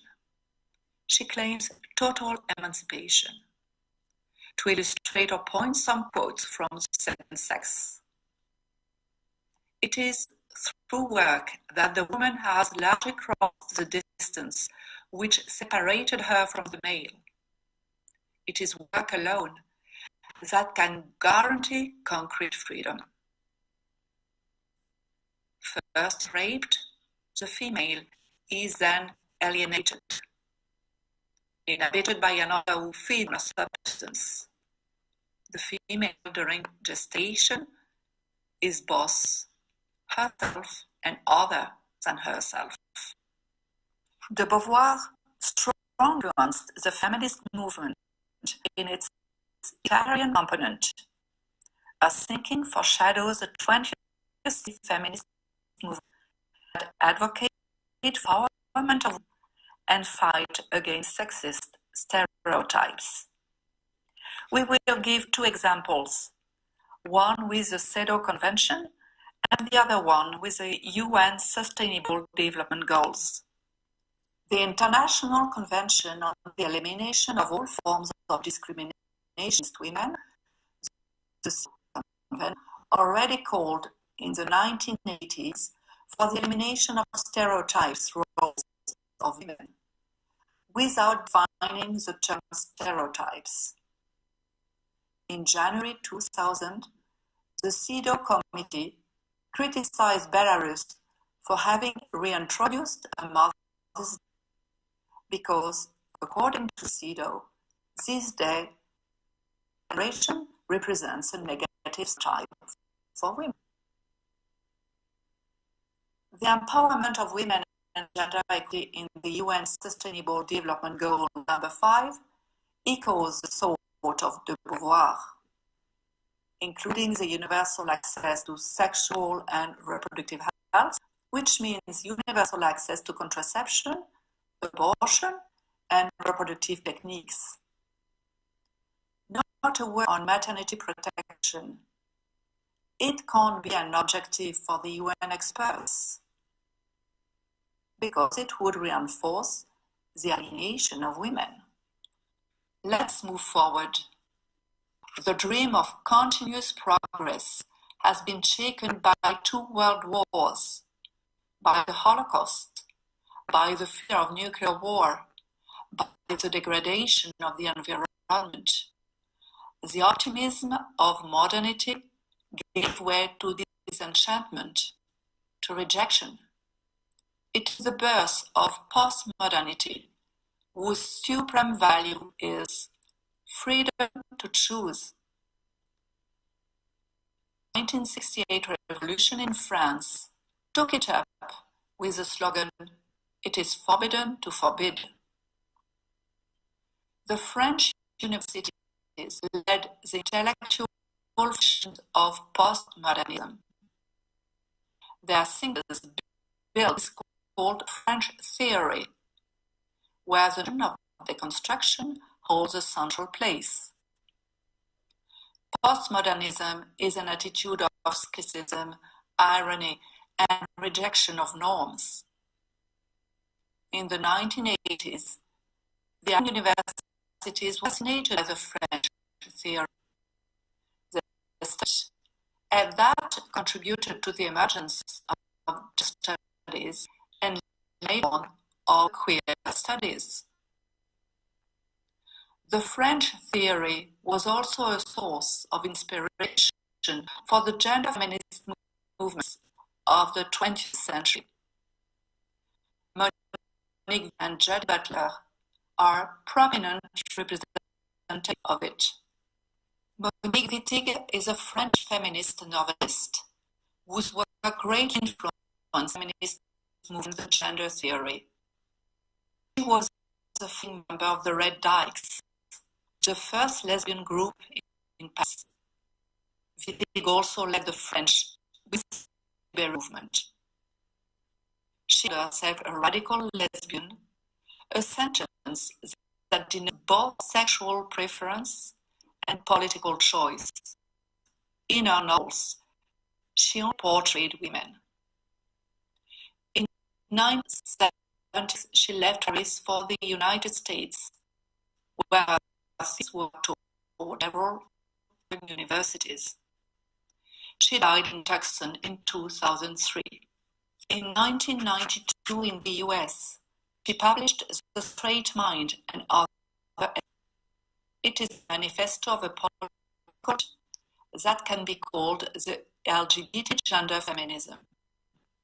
This current is against any form of feminism that does not challenge heterosexual dogma, what Wittig calls the straight mind.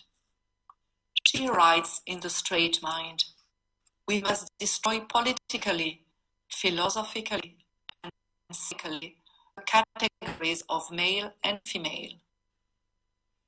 Heterosexuality is a political reign we live under, founded on female slavery. For Wittig, heterosexuality is neither natural given. Sexuality is a political regime. To free oneself, it is important to establish the class level in order to aid the categories of men and women, which are normative and alienating. For Wittig, the category woman was created by heterosexual norms and must be abolished. She will literature as a means of political action.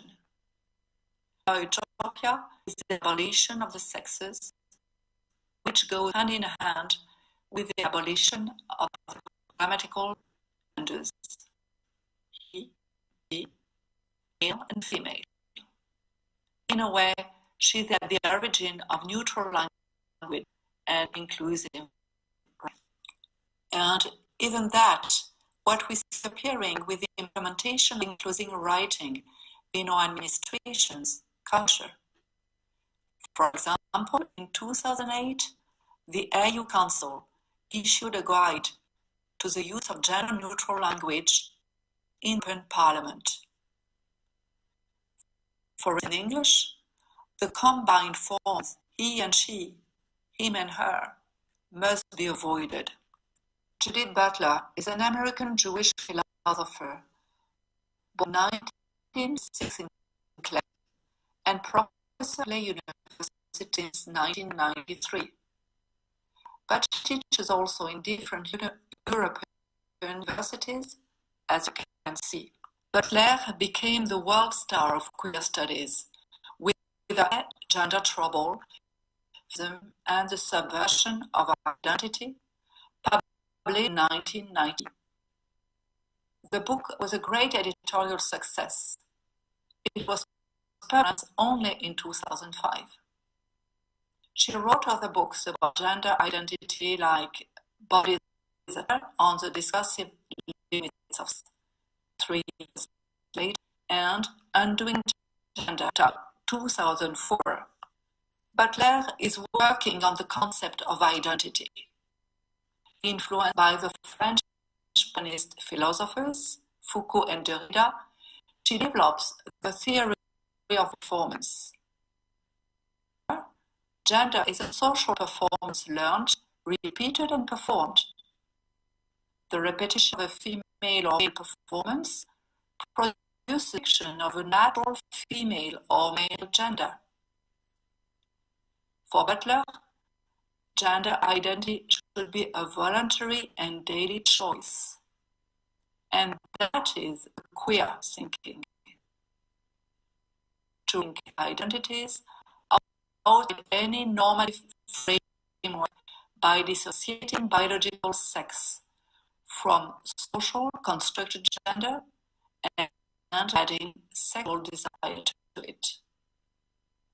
So it means that one day you can be a woman, can be female, but declare to have a male gender and feel a gay or straight, bi or even asexual desire. And the day after decide to change gender and feel another sexual desire. Butler is famous for her obscure, even incomprehensible style. Here after a beautiful example. As a strategy to denaturalize and re-signify bodily categories, I describe and propose a set of parodic practices based in a performative theory of gender acts that disrupt the categories of body, sex, gender, and sexuality, and which initiate a subversive process of re-signification and proliferation of meaning beyond the strictly binary framework. Butler had a major influence on our time. How not to think of the 17 uses of gender proposed in book UK. That is a polymorphic behavior. How not to think of the fight against stereotypes as a text to introduce gender trouble into education. For instance, teachers in French primary schools are invited to read books that reverse stereotypes. Dad wears a dress. Maddie puts on lip. How not to think of comprehensive sex education, CSE, promoted by the UN and UNESCO. CSE sexualize children from young age. This extractions, published by UNESCO, promotes dissociation between biologics and gender identity. We saw gender feminism appeared through major feminist philosophers, and we have illustrated their influence on the culture and educational policies in our countries or institutions. This influence, under the pressure of feminist lobbies, both in their egalitarian and LGBT tendencies, has affected the policies of all international bodies. A brief reminder, until 2011, in international official texts, gender meant male or female and was based on biological sex, on the binary identity man-woman. But under the influence of gender feminism, the term gender has become very ambiguous, as it appeared to mean less about identity and more about sexual behavior based on desire. Under the guise of equality between men and women, gender identity in UN documents took into account multiple gender denominations, for example, lesbian, gay, bisexual, transgender, pansexual, genderqueer, etc. And it was in the name of the fight against the violence against women and discrimination against minorities. Identity has become fluctuating and polymorphic. In 2011, the Istanbul Convention was the first legally binding international convention which provides a definition of the word gender, removing all reference to the biological dimension. This definition of gender echoes the thinking of the gender feminism we have just exposed. We have seen that gender feminism, both egalitarian and LGBT, are based on the refusal of the distinction of the sexes and on the conviction that the heterosexual norm is not legitimate and a source of violence. We can't deny the difficulties, the violence, the abuse of power between the two sexes. They do exist, but does gender ideology provide the right answer to these problems? Aren't all these problems relationship difficulties between people? Gender feminism is a mirage. It does not keep its promises. It brings division, separates men and women, rejects motherhood, and the complementary identity of women and men. Gender feminism deconstructs without building. It breaks the relationship between men and women, between children and their parents. By its fluctuating side, it prevents having a stable and lasting relationship. Above all, gender ideology is sterile, because fertility comes from the difference between men and women. In fact, the question is, what is my body telling me about myself? How can I reconcile my body and my mind? The body is intelligent. It has a message. It is a vector of our mind, and without it, we can't do anything. We must listen to it and respect it. As such, maternity is not alienation. It's a gift, a privilege women have, a privilege that must be protected. To regain femininity, we need men to be masculine. That's obvious. The relationship between men and women is today's challenge. Learning to respect and understand the other sex is the key. We need to rediscover that man and woman are equal in dignity, but mutually complementary by respecting their differences. Hence, the importance of education about alterity. By learning to know the other sex, how to respect it, to understand the meaning of differences, their beauty in the service of life. Thank you.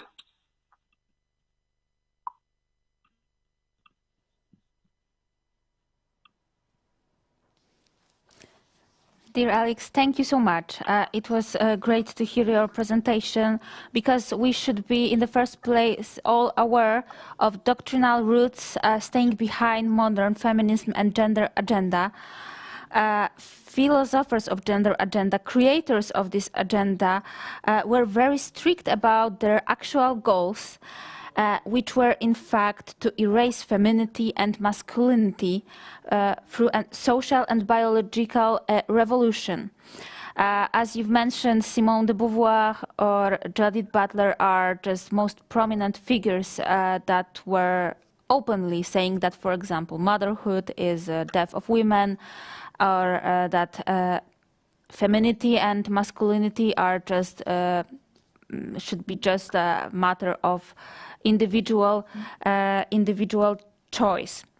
And I think that it is very strange that all these radical postulates are now in the mainstream. However, they do not rely on any empirical knowledge, on any facts. And this shows us that we should do everything to discuss these dangerous goals of this agenda, and we should try to expose its lack of knowledge, its lack of basing on facts, and that they are dangerous to our society, to masculinity and femininity.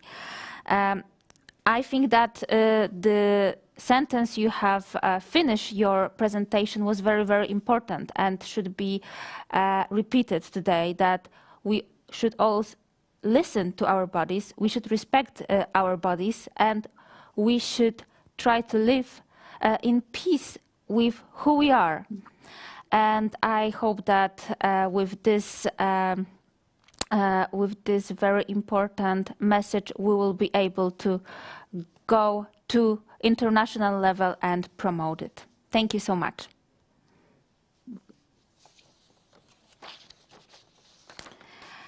Ladies and gentlemen, now I would like to introduce our next prelegent, Mrs. Brigitte Kelle, who is a journalist for various prints and online media in Germany, Austria, and Switzerland.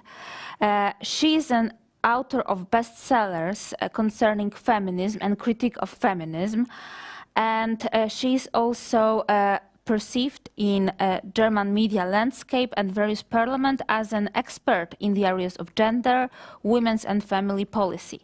Mrs. Kelle is also a mother of 4 children, and she is also a member of CDU. Mrs. Kelle, the floor is yours. Thank you so much for being with us.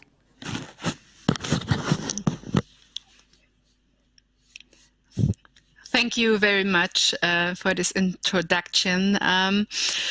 Today we speak about women's rights. I want to mention the topic, what is a woman, and how trans and LGBT lobby has captured feminism in the last years.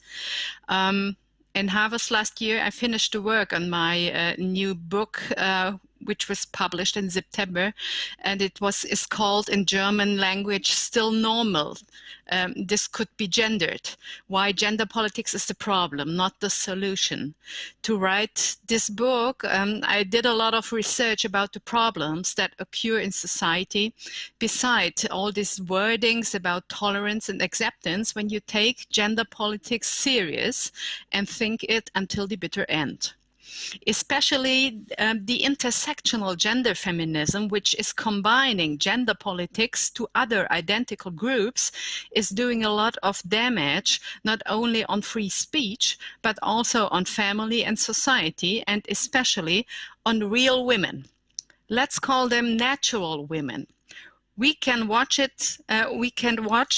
in a rising number of states worldwide how people, groups, and opinions are censored in public discourse and how this is financed from the state with tax money in Germany and Europe, and I think also worldwide. My conclusion of intersectional gender feminism is that the politics they fight for is especially doing harm on families, on women and children. And we can see in this movement two great topics rising at the moment. On one hand, feminist alliances with radical Islam, endangering already established women's rights. And on the other hand, the downgrading of femininity and motherhood by the trans movement, producing new victims within the majority of natural women and within children. Oh, sorry, just one moment.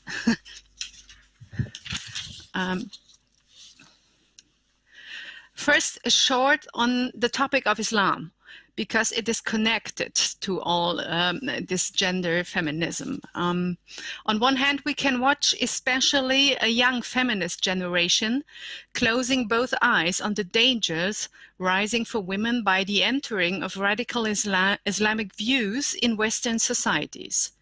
In Germany, every critical remark on the problematic status of women in Islamic societies, on the hijab, the burqa, on forced child marriages, or on the persistent new cases of so-called honor killings of women in the name of the Sharia law in the middle of the free Western countries, is answered with the accusation that this is anti-Muslimic racism. Radical feminists in Germany, but also politicians, especially from the Socialists and the Green Party, are building alliances to reframe the forced wearing of the hijab as a new symbol of women's liberation. Just three short examples from Germany. The official institution of our government fighting discrimination and racism, completely financed by taxes, it's called the Anti-Diskriminierungsstelle, started a campaign against anti-Islamic racism in July 2020 in social media, showing a Muslim woman in hijab as a victim of German racism, calling for respect and tolerance to accept the woman in hijabs as a normal German reality. Our Minister for Women, Children and Family Affairs, a woman from the Socialist Party, already 2 years ago gave the official permission to use the Muslim burkini, the burqa for the swimming pool, as a suitable clothing on school sports when children have swimming lessons. She stated that if Muslim families otherwise do not allow their daughters to attend the swimming lessons, it would be better to accept the burkini in the school lessons rather than the girls do not learn to swim, or rather to force the attendance of the girls in normal swimming clothes. She sacrificed women's rights to force the right to learn to swim. Then the third example, in Germany we have a governmental institution for political education of the society. They make books, films, organize panels, and produce school materials, providing teachers and schools for the political education of young people. They write a lot of stuff about gender, racism, hate speech, and they are shadow fighting Nazis in every corner of the country. In their youth magazine, it's called Fluter, which is promoted for free for young people in schools, they did a whole issue on gender, women's rights, family, and religion. In this issue, the natural family of mother, father, and children was only shown on one single page in a picture of a family in Halloween clothes showing them as witches. The issue included articles how sexist the Catholic Church is for ignoring equality of men and women, and on the other hand, they included on several pages an article of a well-known radical Muslima explaining to children why it is only Islamophobic to think the Islam oppresses women, and why the Prophet Muhammad himself was one of the first fighters for women's rights in history, explaining how he was married with a successful elderly businesswoman as a best practice example for a modern marriage. Of course, the writer forgot to mention the child bride of Muhammad. Honestly, they showed Muhammad as a gatekeeper of women's rights in materials made for German school kids. I think most of you in this audience know about the statements from gender icon Judith Butler. We just heard a lot of her, but she also made statements on women and burqas. She can be quoted saying, "With wearing a burqa, a Muslim woman shows her humility and the bonds to her family, and forcing her out of the burqa is just an imperialistic ambition of Western societies and not a liberation." As a result of these theoretical alliances between feminists and Salafists, we have a problem growing in Western society with a fast-growing Muslim community claiming their points of view on marriage, family, and women's rights. Strategically very good, they convinced especially left-wing and young feminists to join their point of view. Fighting against this makes you an Islamophobic person, as I, for example, am. In my opinion, it is only a matter of time until the Muslim community will call for the acceptance of the Islamic marriage with more than one woman. And it is more than ironic that this is made possible by a gay movement which fought successfully for a reframing of the Christian marriage. With the same arguments the LGBT movement uses, the Muslims will get their marriage too. So far on the rising problem of a clash between Islam and women's rights in Western societies, although I could for hours give more examples about what is happening on the streets, how Muslim men harm women in Germany, while politics and feminism keep both eyes wide shut. The second and even more frightening movement is the original gender ideology-based thinking about men, women, and gender that produces massive harm on women and children. The transgender movement. It is the fastest growing and most aggressive movement within this intersectional gender movement at the moment. Worldwide, we can watch an explosion of the number of kids claiming to be transgender. In some countries, we speak about children not even 10 years old. We speak about statistical numbers exploding by the factor 1,000 to 5,000 in some countries. The more liberal a country legislation handles the possibility to change gender, the more gender clinics pop up and the younger children claim they were born in the wrong body. Numbers explode especially on girls when they enter puberty.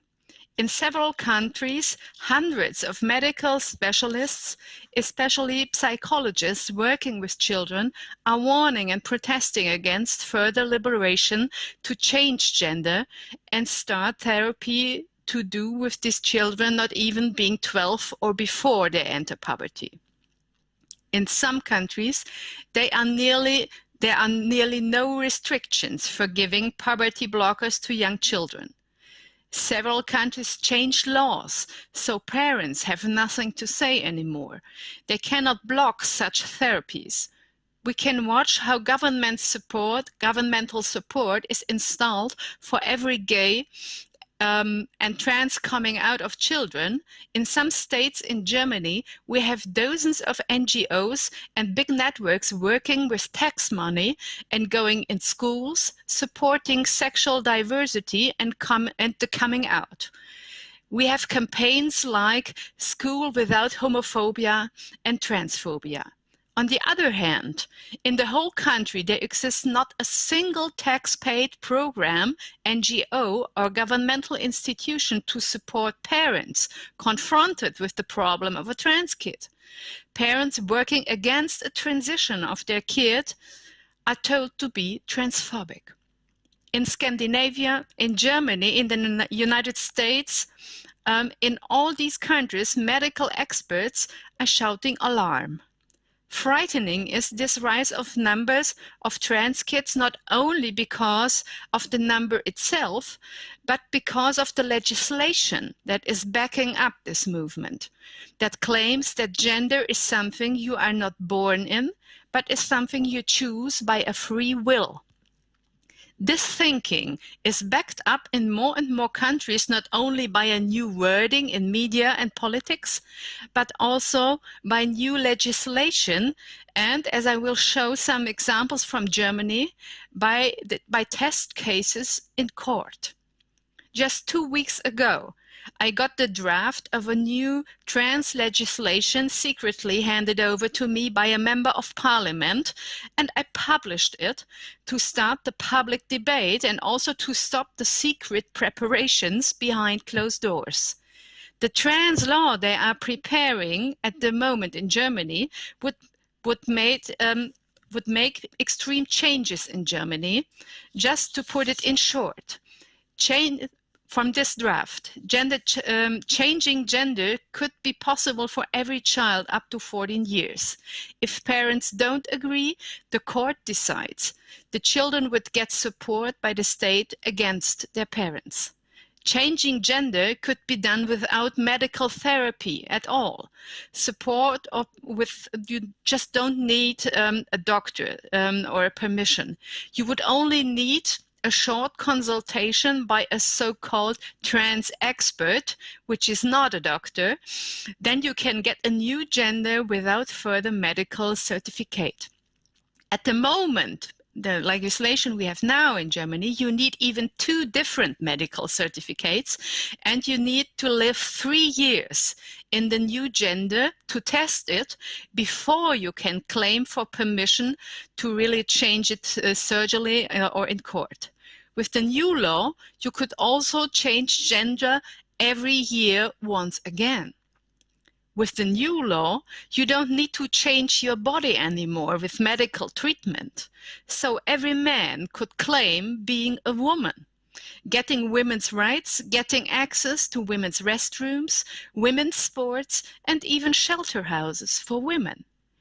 This law would split the definition of gender from facts and biology and give the right to define gender in the hands of every single person just by their aims and feelings. No permission and no proofs needed. With laws like these, which we have already in similar forms, in Great Britain, in some US states, in Canada and Australia, there is no longer a clear definition of women or of femininity. Everybody could claim to be a woman.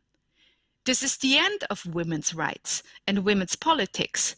Even more, it takes away not only budgets from natural women and family, but also it takes away rights and support and even puts them in danger. At the same time now, a similar new trans law is discussed in Spain. We can watch it hopping from country to country as there exist worldwide pressure groups preparing new legislation. Some of them are explicitly working on legislation allowing children a gender change without the permission of their parents. So what we can watch these days is a clear worldwide strategy to force a change of legislation on one hand. For this, you have to fight in parliament, in a normal democratic process. But on the other hand, not so obvious, but sadly nevertheless successfully, this movement tries to change politics by going through test cases, fighting until they get to the highest constitutional courts in the countries.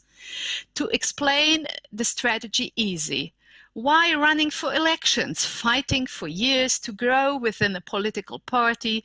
Why fighting for years to convince a whole society?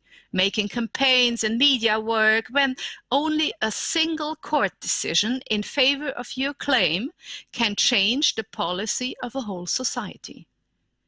You don't have to win elections. You have to win the final case in front of the High Court. That's all. Abortion legislation in the United States, the well-known case Roe versus Wade, was a best practice example for this. The legislation on gay marriage in Germany is also an example for this. They won this fight in media and in court, not in parliament. Parliament was only the last step, and parliament was forced by previous legislation from the High Court. To get this goal, the Green Party and the socialists in Germany did something very different. They installed a lesbian LGBT activist, a lesbian law professor called Susanne Bär, as judge in the highest court of Germany. Since she sits there, we have several court decisions pro-LGBT, and she is working behind the scenes to prepare further cases to be brought in front of her desk. Susanne Bär started as a law professor at Humboldt University in Berlin, then at that time with the support from the family ministry in Germany, and she was founder of the first gender center in Germany. Without any practice of being a judge, from there she was installed as a judge at the highest court, a constitutional court in Germany, by massive pressure and support of the Green Party. Her former colleagues at Humboldt University in Berlin actually prepare several cases on LGBT topics to fight them until they bring the decisions to her desks. So just some examples for legislations and also for test cases in the recent time in Germany with massive impact on society. In 2018, a test case of an intersexual person in Germany aiming to get a positive wording of his gender in passport documents produced the decision of the highest constitutional court of Germany that intersexual people should get the right for a third option in their passport. Since then, they can choose to write diverse in their passport instead of female and male. Also, the decision of the highest court was only, and also this decision was only and explicit made for intersexual persons, so persons who biologically have male and female body parts, and the court explicit did not open up this option for all other 5,000 imagined genders to get this option too. It is now handled as if there really exist thousands of genders.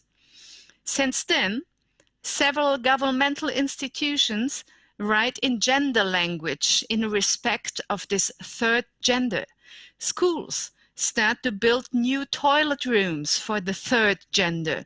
And even an elementary school in conservative Bavaria is doing this for the case a non-binary or a transsexual first grader is entering school, I guess. Since then, several public radio and TV stations write and even speak with a gender gap between the words and with the gender stars in German language fighting discrimination of the third and the other 5,000 genders. Since then, every job advertising in the country is looking not only for men and women, but also for diverse, inter and other genders for their team. They are all afraid of being sued in court if they do not explicitly address and mention their invitation to all genders that might exist. If you ask, why are you doing this? You get the answer, because of the decision of the High Court, that it is discrimination against to address only men and women. In June 2020, the German parliament made a decision in favor of a new law which makes it a crime now for teachers, for therapists, or even for a priest to put pressure or try to cure homosexuality. At the moment, we have with Jens Spahn, a Minister of Health who is gay himself. It is his department now, so he brought this legislation to Parliament. Also, he is from the Christian Democratic Party, and this law was originally designed by the Green Party. They fought for this for years.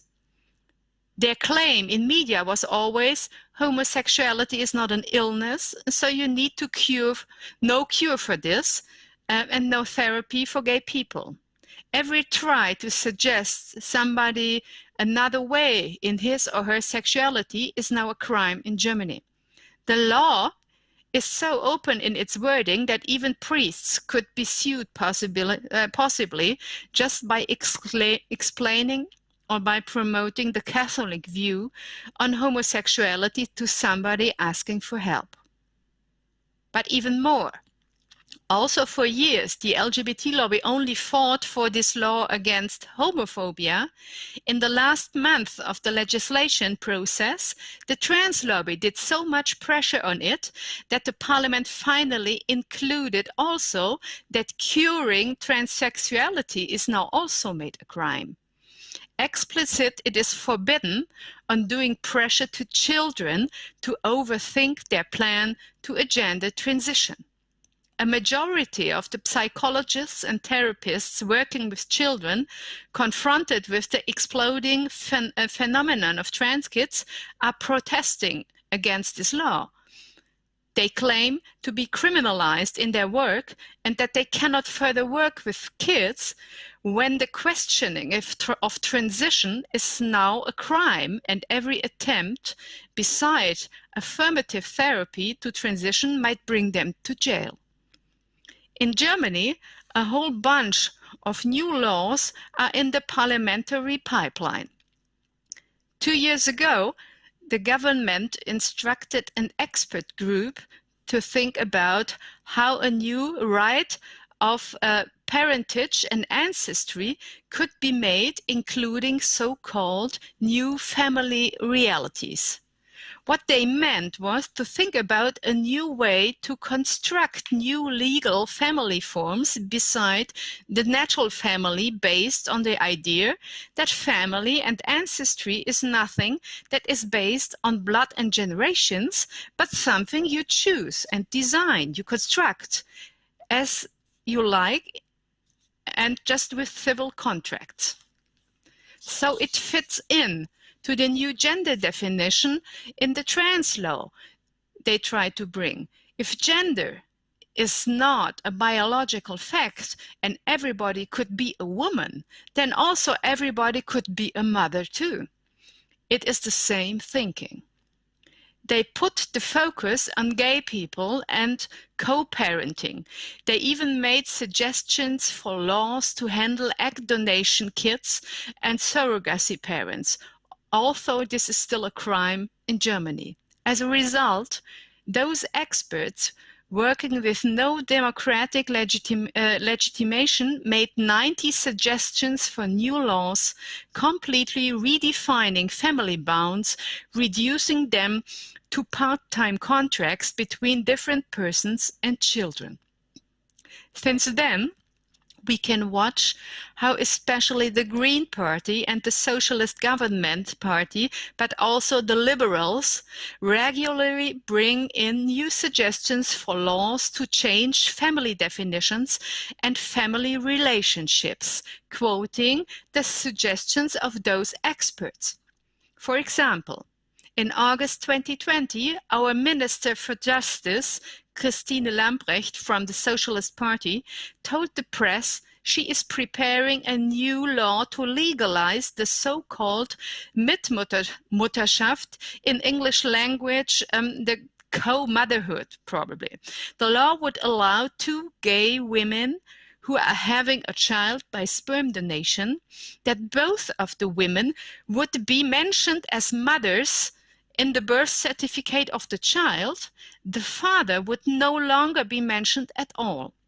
With this law, the first time in history of mankind, a child would have a birth certificate lying on his biological roots in favor of mentioning the adults who want to be his parents. This law is also originally an idea of the Green Party. They are fighting for this for years. The Liberal Party immediately protested, but only because they want to mention not only the 2 so-called mothers of the child, but also the father, or maybe even more persons, up to 4 people, claiming to be the parents of one single child.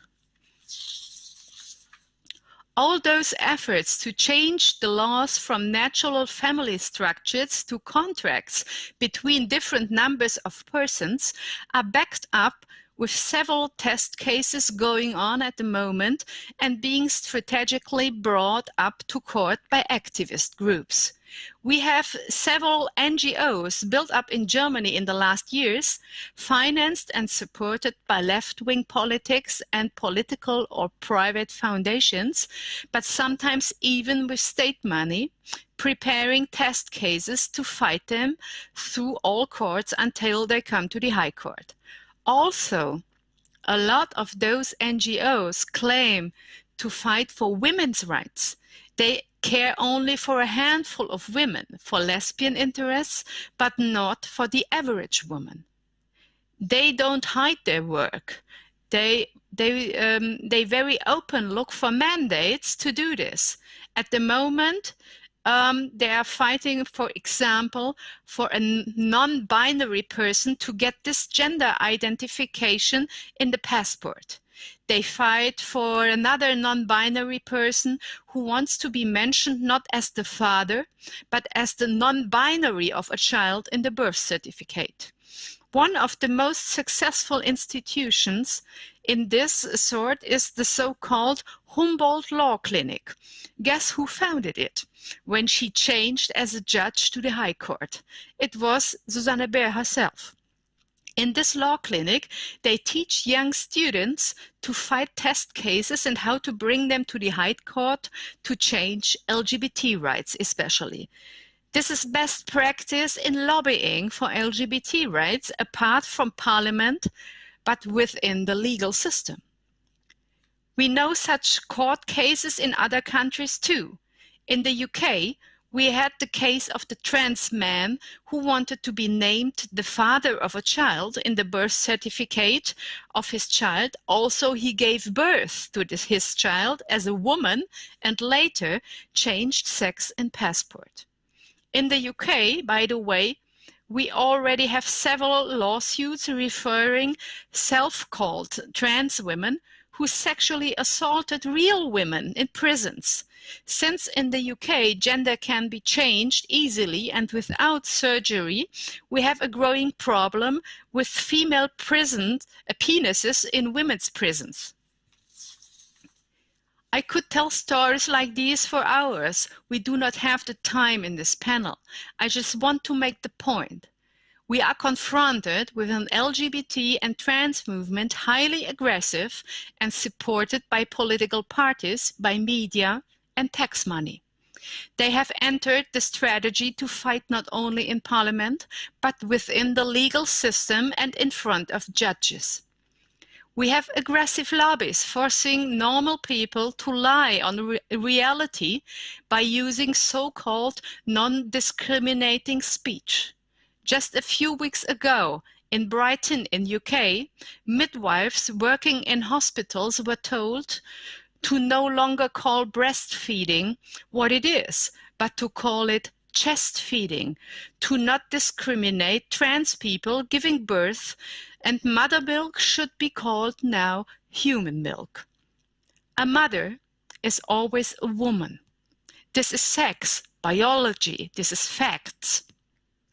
If we once give up reality in favor of wishful thinking, we are lost. Not to call a woman what she is to make natural women invisible. This is not a goal for the emancipation of the women, but a strategy against natural women. This is what gender always wanted, the deconstruction of femininity and masculinity. The more the concept of visibility is rising within the LGBT movement, the more millions of natural women lose rights. This is not a fight for women, but a war on women. And the question we have to ask ourselves is, what do we put against this? Thank you.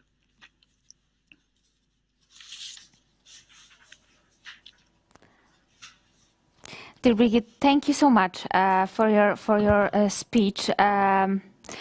For me, it is so surprising that feminist and LGBT agenda is, on one hand, so favorable towards multiculturalism, because I think that that we can all agree that it is, after all, obvious that multiculturalism is very often leading in direct way to undermine women in society and restricting women's freedom. But it is also very shocking for me to know that this gender agenda is so advanced in Germany, and also that the way to discuss this very serious issue concerning children's health, children's physical and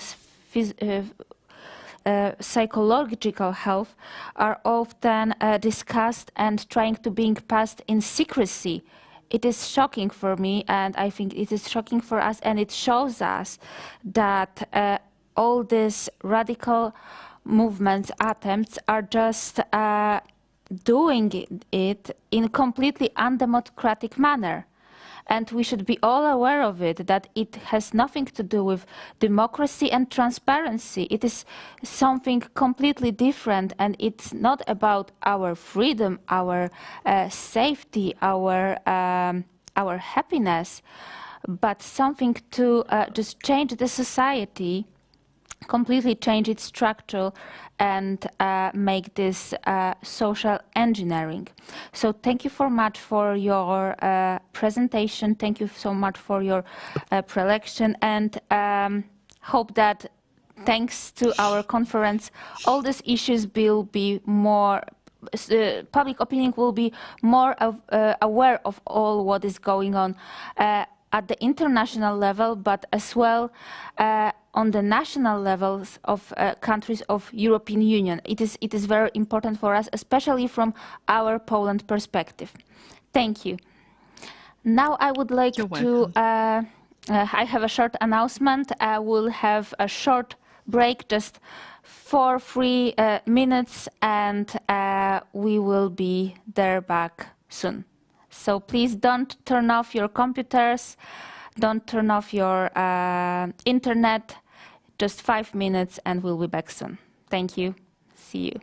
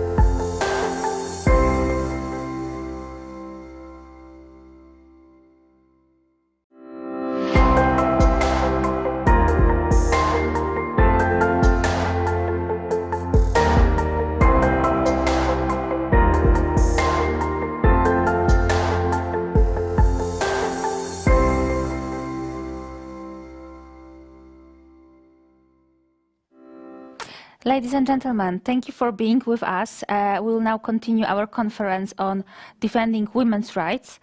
And I would like to introduce our next panelist, Mrs. Maria Jose Villasa, who is a clinical therapist dedicated to the study and teaching of the theology of body. Mrs. Villasa translated books on the theology of body and also on the gender ideology. She is a founding member of Center for Study and Resources on Theology of Love, a founding member of the Portuguese Catholic Psychologists Association. She is also responsible for the Racial Vineyard and the Forum Wahoo in Portugal, and recently founded a new association, SALL, the Association for Defending Freedom. Maria also belongs to the ecclesial movement Communion and Liberation. Mrs. Villasa will talk about women's rights protection and the right to be different, which is very important in our today's discussion. Thank you so much for being with us. Thank you for your kind words. I just would like to say that I am married. I'm a mother of 3 and a grandmother of 3 also. And I would like to say how much honored and grateful I am to be among this great group of panelists to discuss these things that are really very, very dramatic, I should say. So you might be surprised, but I am a feminist. I am a deep believer in equal rights for men and women, since we are equal in dignity and nature, created out of God's love. Of course, no one believes me because I am pro-life, pro-family, and even worse, I am a Catholic.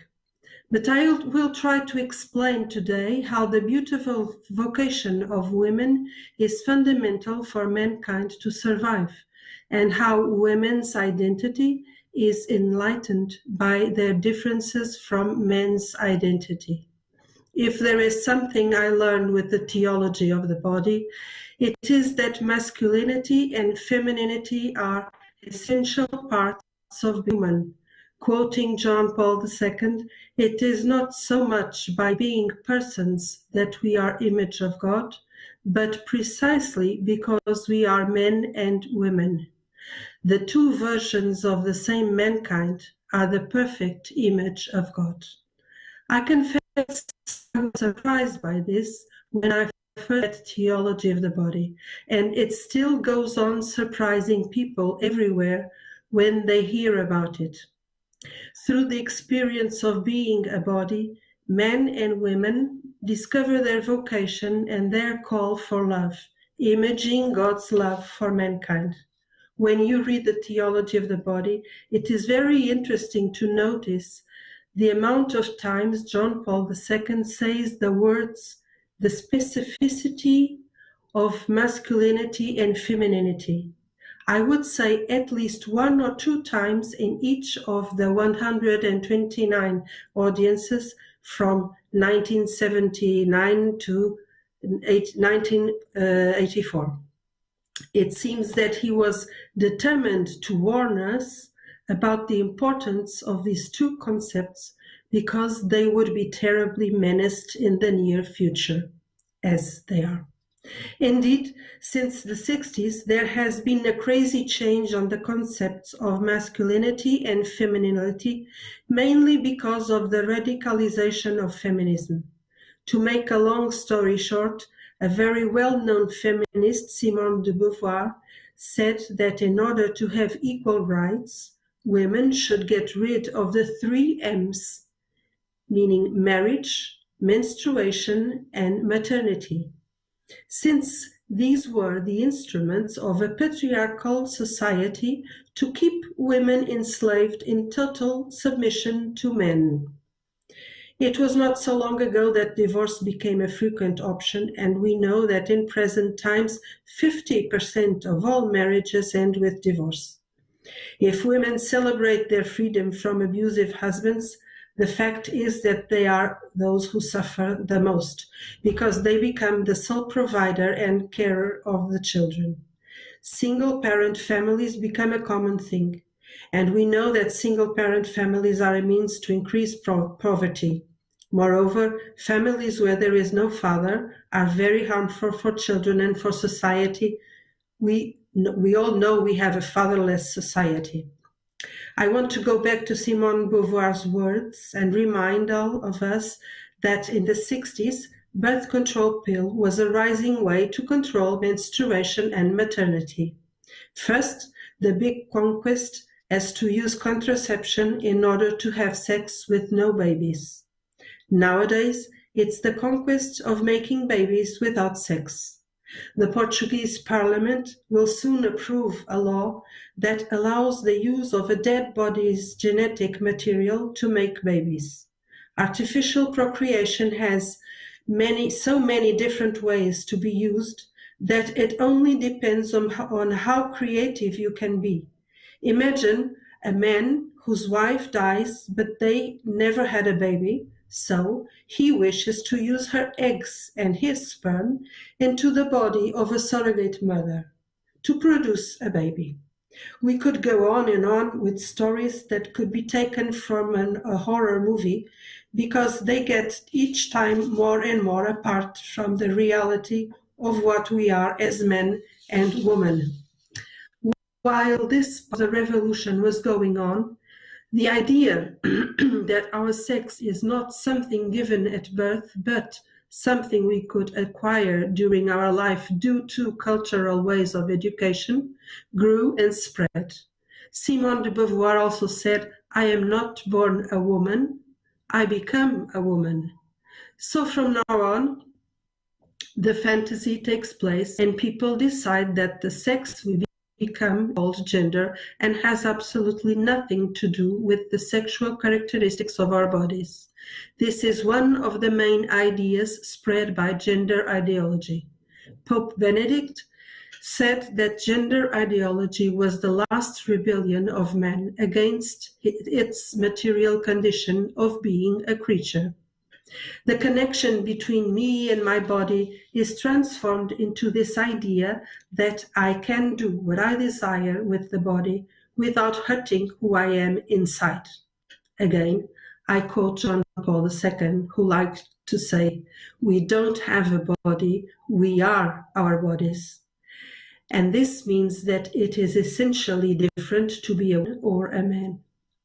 We can see the consequences of this ideology growing more and more powerfully, to the point that those who don't accept it are persecuted and have their lives ruined. Ideology means something that is contrary to the reality. And when ideology does not fit into reality, then we must change reality. That is what we are going through all over the world. Gender ideology defends the right of mankind to use their bodies, and so abortion and euthanasia are parts of this culture. We all know that there is a second victim of abortion, the woman that damaged three most important parts of her identity: femininity, sexuality, and motherhood. Those who work with post-abortion resources, like Rachel Vineyard, know very well the damage abortion can cause to women and to their marriages and to their capability to connect with their other children. Euthanasia has just been approved in Portugal. I wonder what happens to the heart of a woman or a man to enable them to actively put an end to someone's life. As far as I know, it would be natural for a woman to take care of the most fragile instead of killing them.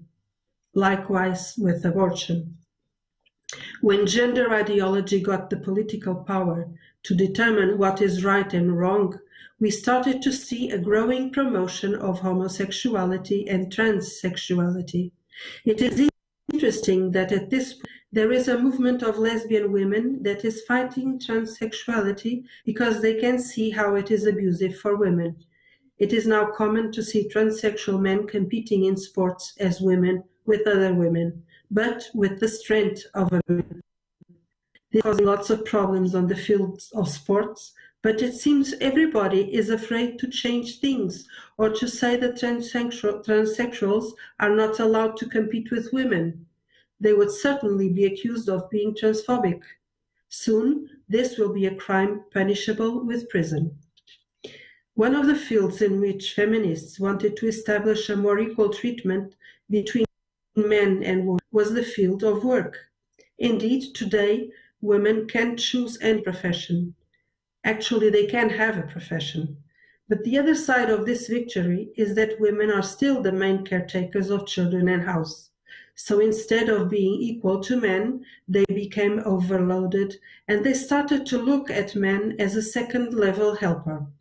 We are celebrating the year of St. Joseph, and unfortunately, women don't see their husbands as another St. Joseph in their lives, the protector, the one you can rely on, the one who gives up his life out of love for them, to guide them through the safer path, who is an educator, a model of faithfulness, and the true protector of the family, not like Adam, who was clearly distracted when Eve was speaking with the serpent. Joseph takes his mission from God and his paternity identity from God the Father. There was a time when women used their body to achieve success, and it was used to sell all kinds of products. Today, women are promoted in companies, get important places in private and public arena just because they are women, and it is important to take into account the quotas. We could say that it seems like women continue to use their bodies and to be used because of their bodies, not because they are good or special at what they do. With gender ideology comes a new concept called toxic masculinity. Young girls are being taught about this at school. This means that the masculine part of mankind has been for all times the oppressor of women, and so the time has come for women to take charge of everything and give men the treatment they deserve. It's a declaration of war, and it is true that we see all the time couples that live their lives as a battle for power. The idea of love as a decision to give up your life for the benefit of the loved one becomes the decision of using the other for your own benefit in the name of equal rights. Women are very special beings, and they would be so much happier if they only accept their identity that is a gift from God. Saint Edith Stein had some great ideas about women that influenced the way John Paul II looked at and wrote about women. Women can have any profession, and in any profession they are called to be more subjective, while men are more objective. Dr. Elizabeth Michaels, an expert on Edith Stein from the Avila Institute for Spiritual Formation, illustrates the differences from the way men and women look at reality and how important is their complementarity with this simple story that happened with her. She was walking with her brother and a beautiful old lady passed by on a bicycle, and she said, "Look, did you see that beautiful old lady in a skirt that just passed by in a bicycle?" The brother said, "Oh, you mean the 5-speed bike that just went by?" Gender ideology that is being imposed in our society and taught through comprehensive sex education at schools is a true weapon to destroy both men and women. I believe that the purpose is to destroy the image of God on earth. Remember, I said on the beginning that men and women were the clearest image of God on earth. So destroying their identity is a quick way to make them disappear and make God disappear. Women tend to dress like men and men tend to dress like women. Paternity and maternity are being replaced by parental duties, breastfeeding by chest feeding. Birth mother becomes birth person. You can no longer celebrate Mother's Day or Father's Day because it offends those who have 2 fathers or 2 mothers. In Portugal, it's already legal. And you get more and more young people that don't want to be men or women. They want to be it or they. In some countries, there is also a large implantation of this new language that tries to eliminate masculine and feminine. In fact, the European Parliament has a glossary of words that we are not supposed to use. Is this good for women? Naturally, it's not, neither for men. If we are to rediscover the beauty of being a woman, we should be out there demanding the right to be different. We are different, and it is the difference that makes us attracted to one another and willing to give our lives to someone that is totally different, although equal in dignity. It takes a mature heart to give this leap into the unknown, to dare love the one who is different, not just loving our image on a mirror, like same-sex relations tend to be.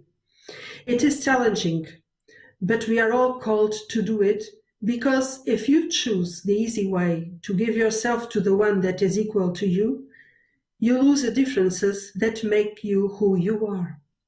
Don't forget that God created the woman as a suitable help to men, the same way Eve gave birth to Cain with the help of God. According to Edith Stein, this suitable help that women are supposed to be is incarnated in the differences there are between them.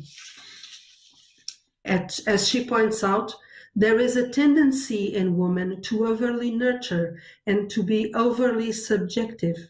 Man's objective view helps her understand that people belong to God. Due to their capacity of being objective, men can lose themselves at work and almost forget important aspects of family life. It is the woman's perspective that reconnects men to humanity. Our model of woman is Mary, the first place that carried the body of our Savior. This task was impossible for a man. He had another mission, and that could be a theme for another talk. Edith Stein identifies the specific of being a woman as companion, spouse, and mother. And since the original sin, also a fighter against evil. For Edith Stein, accomplishing her vocation in all these spheres is being a true follower of Christ and a cooperator with redemption like the Virgin Mary. I once read this beautiful insight. A woman's heart should be so hidden in Christ that a man must be seeking the Lord to find it. This is from Elizabeth Elliot, a missionary and inspirational author. So, going a little bit back to what Edith Stein identifies as specific of being a woman, being a mother, maybe our specificity is this way of carrying Christ to others, wherever we are. Maybe we should be educating our young women to be aware of the immense gift it is to accept a child from God and to understand that the church will only grow if women accept being mothers. Being a mother also means being the heart of humanity. And being a companion, or as I would say, a sister, instead of simply functioning according to their profession, women should go beyond that and love people. Wherever they are, women have the noble mission of being educators and protectors of the true human values. Women are asked to be the heart of God in the world. To do so, they must first be well anchored in God themselves. That is the reason why they have a particular sensibility to understand moral goods. And being like the Virgin Mary, as Edith Stein says, for instance, mother of the living, giving birth to children for God, for heaven. A strong woman, like the strong woman of the Bible, like the mother of the Maccabees, for instance. Spouse of Christ, to belong totally to Christ before belonging to anyone else, whatever is her vocation. And symbol of the church, to become the essence of the church, for whom Christ gave his life. John Paul II wrote to women and about women on Mulieres Dignitatem. You will hear about this in the last conference, I think. He spoke about the same characteristics of the feminine heart and about what it could bring to the world. He called these capacities the feminine genius, and at the same time he left this generation the challenge to find this new way of being a woman, the new feminism. The absence of women that live their vocations in a conscious and committed way about their true role in society puts in danger mankind itself. And that is how gender ideology is trying to harm and destroy mankind. Finally, I leave you with a word from Edith Stein addressed to us today. Responding to the question of equality raised by the feminist, Edith Stein says that the goal is not equality, but to see what is singular of the feminine that can complement and offer men something that would not be possible to exist in humanity if not for the woman's presence. Thank you very much for your attention. And let me just say that my suggestion amongst all the political things we can do is also to pray very hard, because it really is a battle. Thank you so much. It was very interesting to hear all your arguments, especially that you are saying it from a perspective of person who is researching theology of body, which is very, very important and useful perspective in talking about women's rights. So thank you for bringing up today these very important issues. I really liked what you have quoted of John Paul II, that we don't have a body, we are our bodies, and I think that we should all be aware of that.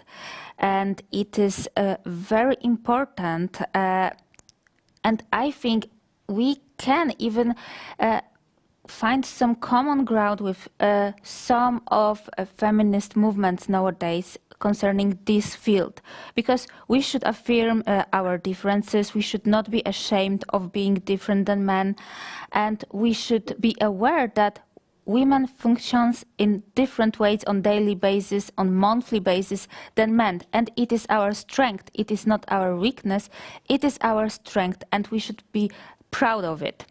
And I think it is also very important that you were saying during your presentation that radical movements often tend to ignore the facts, that they, if something is ideologic, it means that it is contrary to reality. And I think this is especially important concerning many research, even conducted by agencies like Fundamental Rights Agency, that is hardly perceived as someone who is sympathetic to our arguments.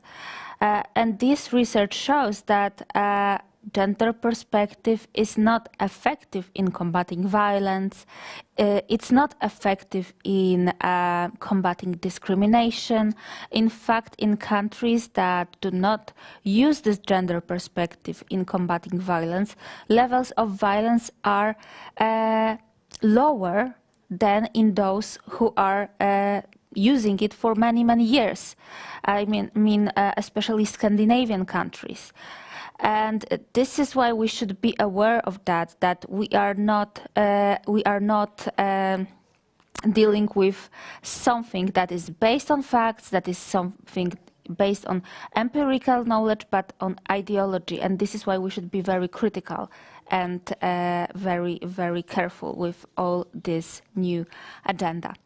Thank you again so much. It was very important for us what you have said, and I think that will be very important for the further discussion on women's rights.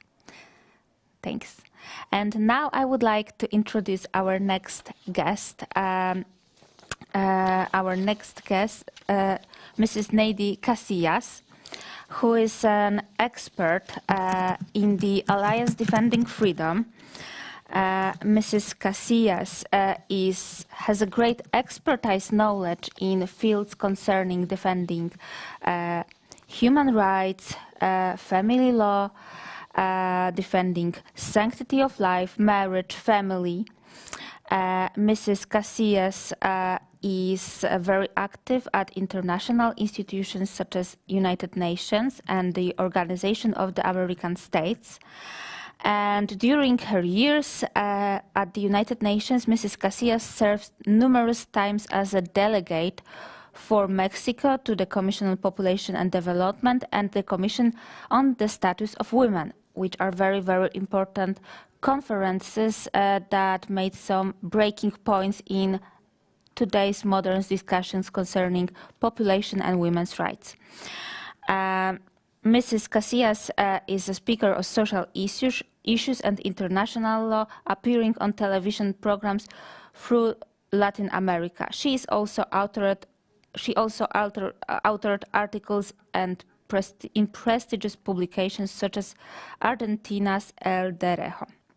And Mrs. Casillas will share with us her experiences in defending women's rights at the international level. Mrs. Casillas, the floor is yours. Thank you. Thank you so much. And thank you so much for the invitation. My apologies because I had prepared a presentation, so it will be easier for you to follow me. But unfortunately, technology not always works, and this is the case. It didn't work. So I'll try to do my best so you can really follow up what I'm saying. Well, again, I really appreciate this invitation, and I would like to start today to focus on the international organizations. I guess the previous people already talk about the influence of the United Nations, the Organization of American States, or other institutions that are part of these international organizations at the world level that are imposing or are part of this imposition about the gender agenda. So first of all, I just would like to just highlight why it is so important, these institutions. And first of all, let me just tell you that when I refer to international institutions, I'm referring to the United Nations, the Organization of American States, which is a regional organization, but it covers all the American continent. And for Latin America, especially, and the Caribbean countries, is very important because unlikely that the United Nations, the Organization of American States, actually has a court. So just as the European system, it's very, actually it was created in base of the European system, but of course is not as good as the European system. I know that European system is not also the best, but if you complain about European, you can imagine how we complain about our system. Anyways, so when I refer to these institutions, I'm referring to this kind of organizations because they have become key players in the imposition of the gender ideology. So if you think about why it is so smart from the radical feminist movement to bring their agenda to these institutions is because you can impact by including or your language or your idea in many nations at once. For instance, at the United Nations, everything that you place in a document, it will have an impact on all the countries, the 193 countries that are part of this institution. Same thing with the OES, same thing with the European Parliament. So the opposition or the radical feminists have been very smart in coming to these international scenarios to spread their agenda. But also, they have taken advantage of the lack of accountability that happens within these institutions. For instance, at this moment, there is at the UN, they are having negotiations on a resolution that is going to be agreed next week for the Commission on the Status of Women. So this commission it meets every single year, and they follow up the commitments of the countries on Beijing. In the Conference of Women from 1995. So next week, they will agree in some document or declaration, and right now the negotiations are happening. Well, Poland, as well as the European Union, are supporting abortion within these documents. And that's why I said that it is an opportunity for the radical feminist movement, because since no one is present and following what is happening at these international organizations, they are so free to act. the people who represent us, people who are diplomats and are paid with our money, with the taxes of their people, they many times they put their agenda first rather than to put or defend their local legislation. So this has been taken as an opportunity for the radical movement to keep spreading their agenda. So it is because these organizations have become actually like a platform, the platform, I would say, the platform for the radical feminists to spread their agenda, because they know the impact that they can have by placing their ideas or launching their ideas from these organizations. It's not a coincidence, actually, that in 1994, on the Conference for Population and Development, which happened in Egypt, El Cairo, they include for the very first time, or they launch for the first time, the reproductive rights, the so-called reproductive rights, and the so-called sexual and reproductive health. From the many aspects that they can talk and discuss and advance from the women, they focus only on the reproductive side, which it says a lot about the real intention of these institutions. The same thing happened in 1995 during the conference on women that happened in Beijing. In this conference, there is a platform in which they include like 12 different items on which they committed, or countries committed to advance. But everything focused in one thing, or one idea, or one concept, I would say, which is gender. So nowadays, everyone speaks about gender equality, gender perspective, and gender, to the point that women are not mentioned anymore. But we also have to bear in mind that the importance of these international organizations is that within these organizations, you can create law and you can create sub-law. So I always say that these institutions work as a parliament almost, because law actually is created within these institutions. So when I said law, I refer to treaties. Treaties is the law that can be enforced, and it can be enforced because before to be agreed, it happened or it went through an internal process within the country in which they ensure that what it was agreed in that treaty did not contravene the national law. So, but what happens? Why they have not created or they have not following the treaties that already exist? Well, for 2 reasons mainly. One of the reasons is because within these treaties, there is no legal basis for their agenda. There is no treaty that talks about abortion or anything that can be interpreted as an abortion, not even reproductive rights. There is no legal basis for anything related with gender. The only definition on gender, we can find it in the Rome Statute, in which they explicitly said that gender is men and women. But no one is taking this definition. Rather, they are pushing for their own definition.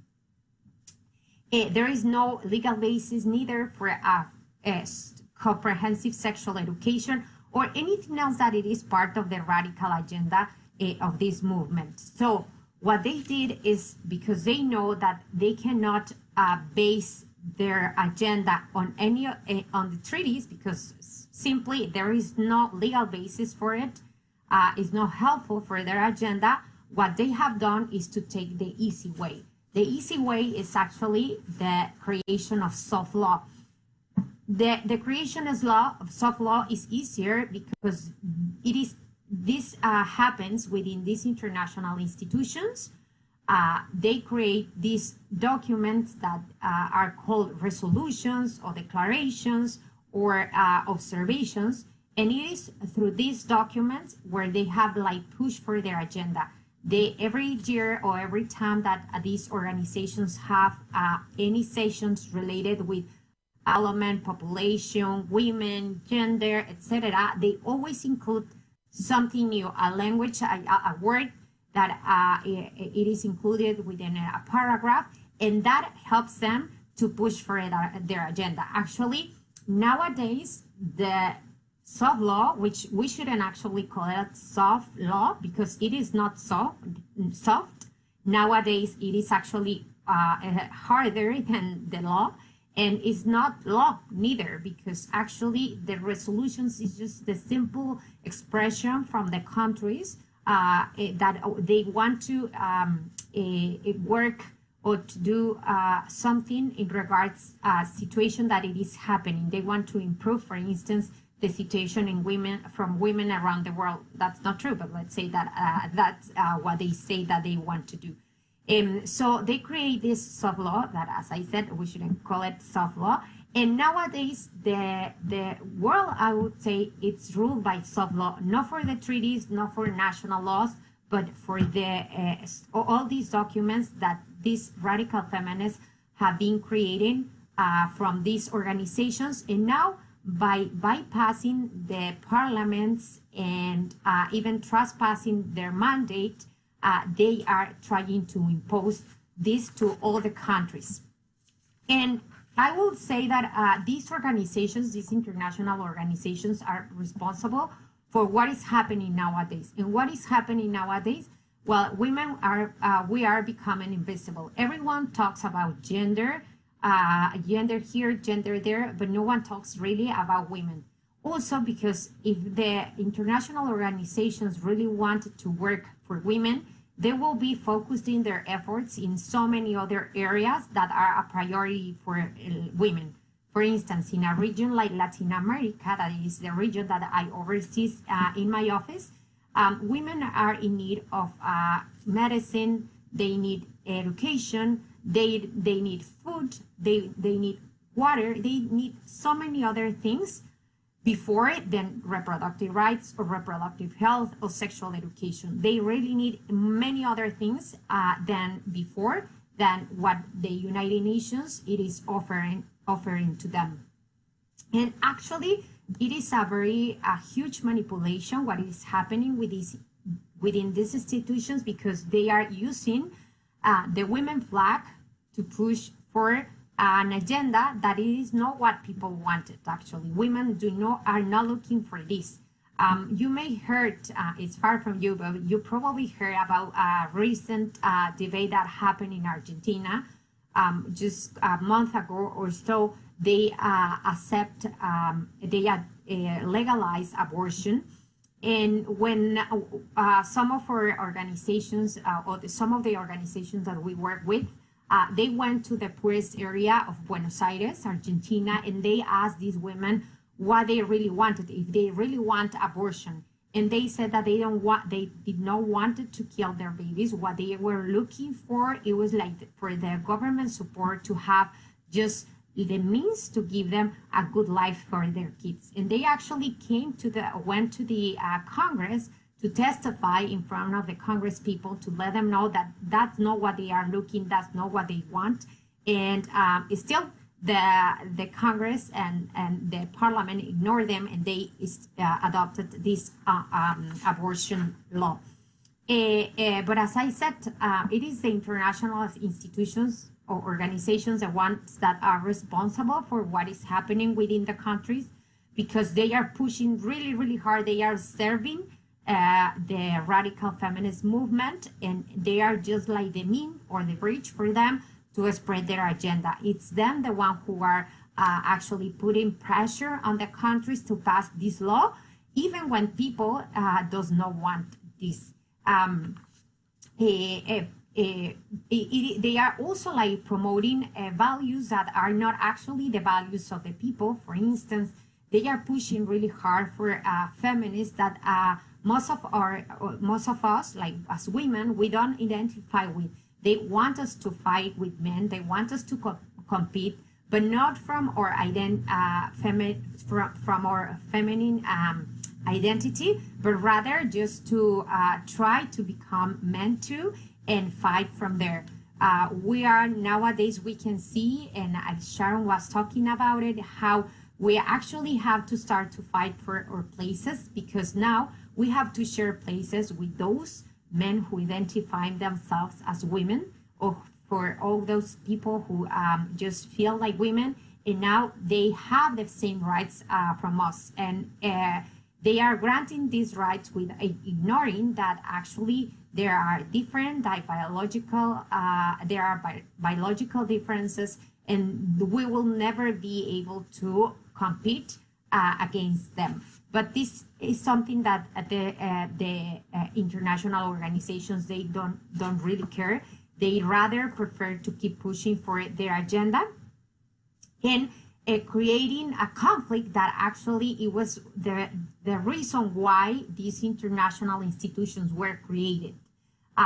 They didn't want to have a group or a state which will define who is going to be on the top of who.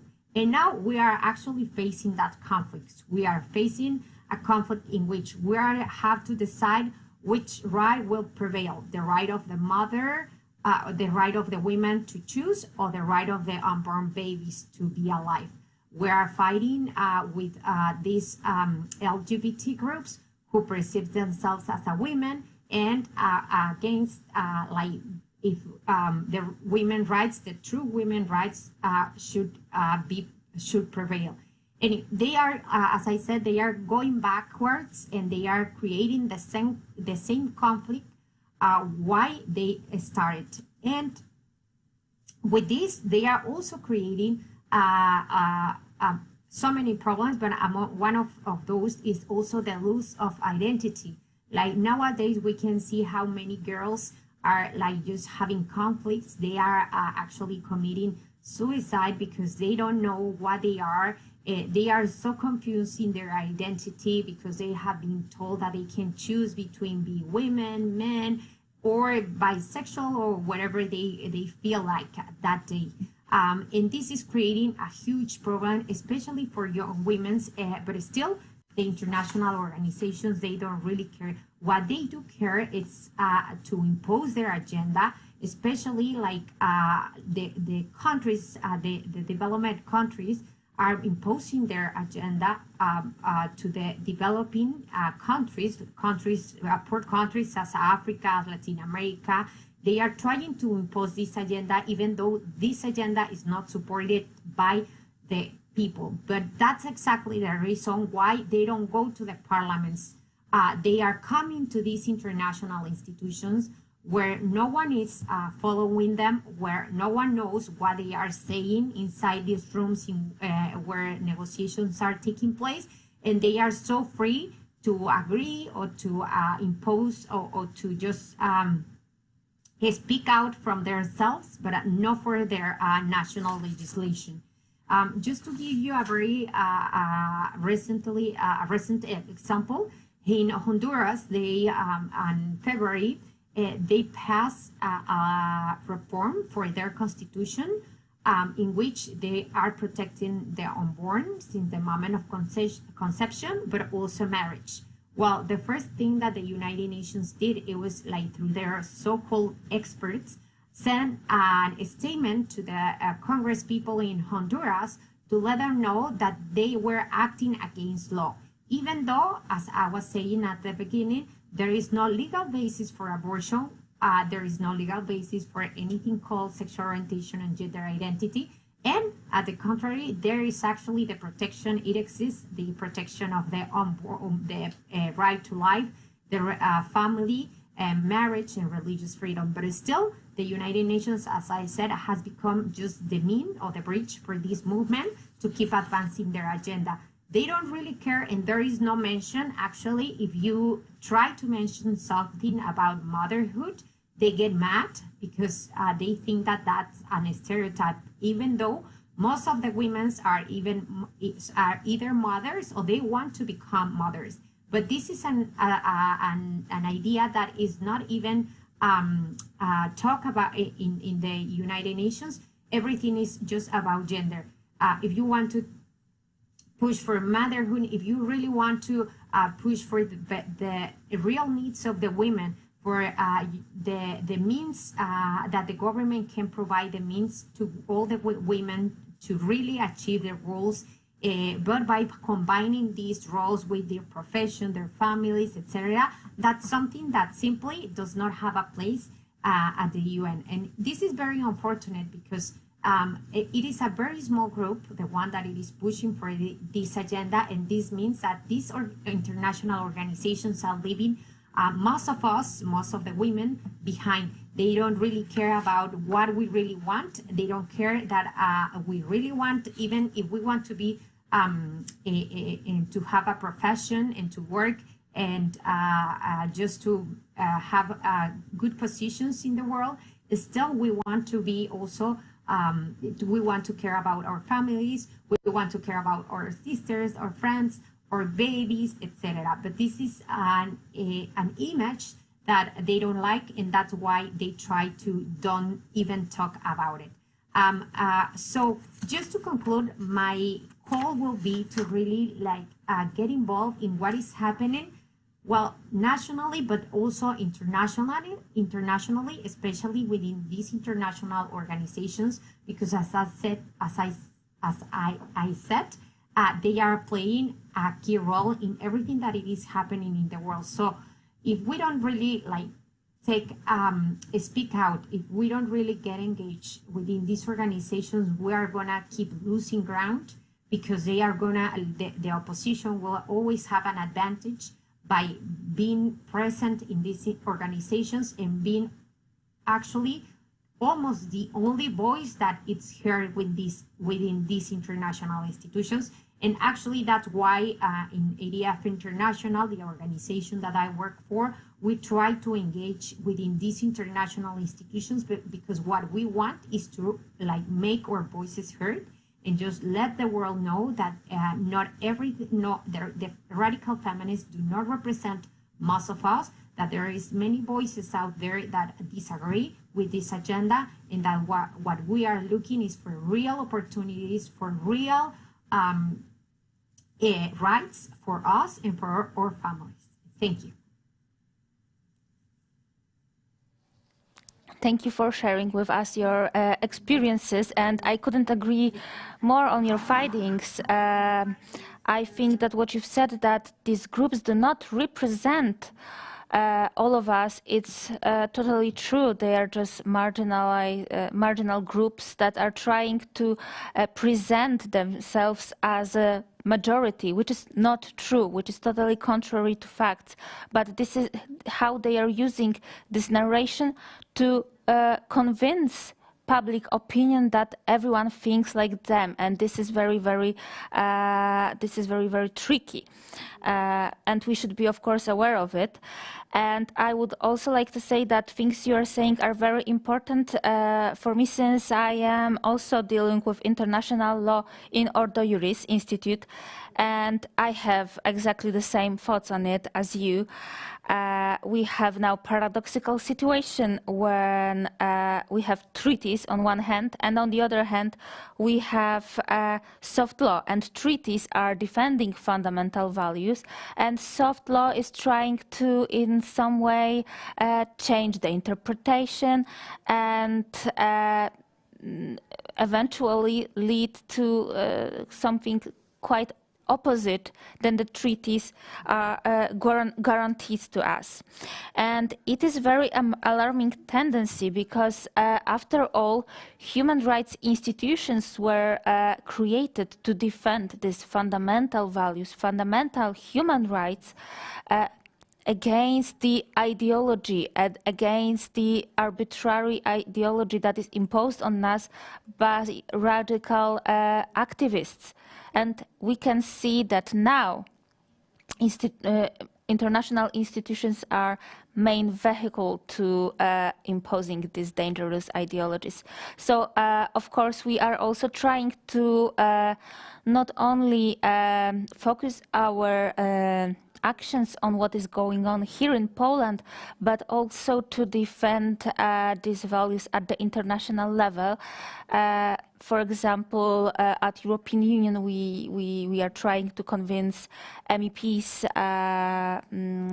to, for example, vote in positive way concerning very controversial resolutions.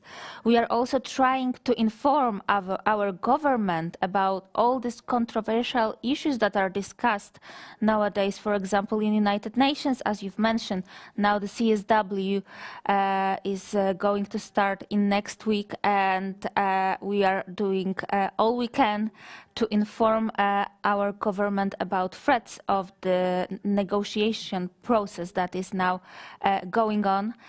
I hope that our voice will be heard. So again, thank you so much for your speech. It is very important for us, and I think that in the future we can cooperate in so many ways at this international levels to defend our cause. Thank you so much. Thank you. Thanks. And now I would like to introduce our last guest, from Poland, Mrs. Małgorzata Terlikowska, who is an ethic, an editor and author of a book, Thank God I'm a Nun, Stories of Accomplished Women, and of the biography, The Terlikowski Chainsaw Massacre, and the handbook Stuck with Each Other. Mrs. Terlikowska is a pro-life activist, wife, and a mother of 5 children. Mrs. Terlikowska will talk about the role of women's genius in St. Paul John II thought. Thank you so much for being with us. Hello, good evening. I'm really sorry, but my English is not very well, so is this way I have the recorder at my speech, and there will be some kind of translation. And I really hope you will enjoy it. Thank you so much.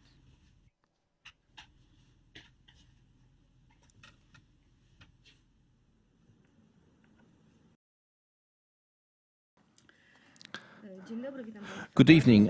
Thank you very much for the invitation and for the opportunity to share my experience. I am an ethicist and editor. I have authored and co-authored several books. I also have a husband and 5 children.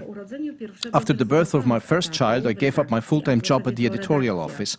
Actually, it was the editorial office, a Catholic one, by the way, that decided to discontinue my employment when I went on parental leave. I decided to work from home so that I could simply devote more time to my family. It was a very conscious choice for us. Nobody told me to stay at home. Nobody told me to have children. Nobody put any pressure on me. Family, well, it's simply our shared business. We play with one goal in mind, and we make our decisions in such a way as to keep the well-being of our family above all else. What is good for us? Many people today would probably disagree with my thinking. After all, in today's culture that so strongly emphasizes personal development and individualism, there are other priorities. What counts is what is good for me. And this often fits into the narrative that is often imposed on us. My choice, our choice, has very often been criticized and questioned, also in public, especially by those who have choice written on their banners. Well, if you're a woman, you can choose. But remember, not the way you want, but the way the culture dictates. Since I have chosen motherhood and family, I have heard that I am but a housewife, my husband's dependent, a domesticated woman, well, or possibly a slacker, as these terms were also used. Well, is this the price, this social ostracism that we are paying today for equality? As I pondered this question, I thought of my grandmother. Today it is me, And a few decades ago, it was my grandmother, who was a mother of many children. And if we could sit around the same table today and start talking, we would find out that we have many shared experiences. And yet, there is so much that separates us. When my grandmother came of age, almost 90 years ago, she was married off to a man her father had suggested. There was no love. My grandmother did not love this man, but it was my father who had made the choice for her. I chose my husband myself. Together we decided that we wanted to go through life together, that we wanted to build a family, that we loved each other and that we wanted to have children. Nobody forced it upon us. Our parents could only respect our choice, but they couldn't have a say nowadays that they don't accept this particular candidate for my husband. I have completed my studies, I constantly develop myself, I do work that gives me satisfaction, that also helps me grow and develop. My grandmother did not have such an opportunity, she could not study. When she got married, all she had to do was take care of her husband, her children, the house, managing the household. In all my commitments, both with my family and what I do outside, I also enjoy a great deal of support from my husband, something my grandmother could basically only dream of. All these positive elements would not exist, and there are even more than that. We could make a list of many positive aspects of today's situation of women. They wouldn't have been here today if women had not at some point started to take up the fight for their rights, if they had not started to talk about equal rights. However, as a result, we see that today many good, noble ideas have been distorted or even reduced to absurdity. Well, what has happened then? I believe that Pope Francis points to a certain explanation in this regard. He says that one of the manifestations of evil in the modern world is the gender ideology. According to him, it seeks to destroy God's creative plan for each one of us at their very root. It wants to make everything, says Pope Francis, make everything uniform and neutral. It is therefore an attack against diversity, against the creativity of God and ultimately on man and woman. It is clearly visible that this attack or an attempt to homogenize everything, it is clearly seen, for example, when we raise the question of femininity. It seems obvious, right, that being women we are different from men. But it turns out that this obviousness is not that obvious to everyone. One of the major Polish feminists, Agnieszka Graf, writes outright that femininity is but a myth and a fantasy, and that it is only the powerful cultural machinery which artificially produces this nature of femininity and forces it upon women as their destiny. What does it force upon us? Namely, that a woman is created to be a mother. That is to say, a woman's destiny, which is supposedly forced upon her by this social machinery, is to give birth to and bring up children. A very interesting thought on this subject has been shared by a French journalist from Le Figaro, Mrs. Bastille. She has shared these thoughts with W Drodze Catholic magazine. She's devoted most of her professional life to write about the contradictions of contemporary feminism and about the Me Too campaign. But she states quite simply, quite straight that contrary to what we hear from the supporters of equality, uniformity, and homogenization, women do want to have children. They want to look after them.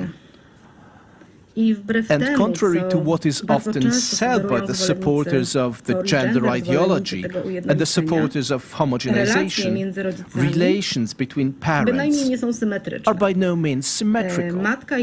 The mother and father do not have the same roles to fulfill at the same time.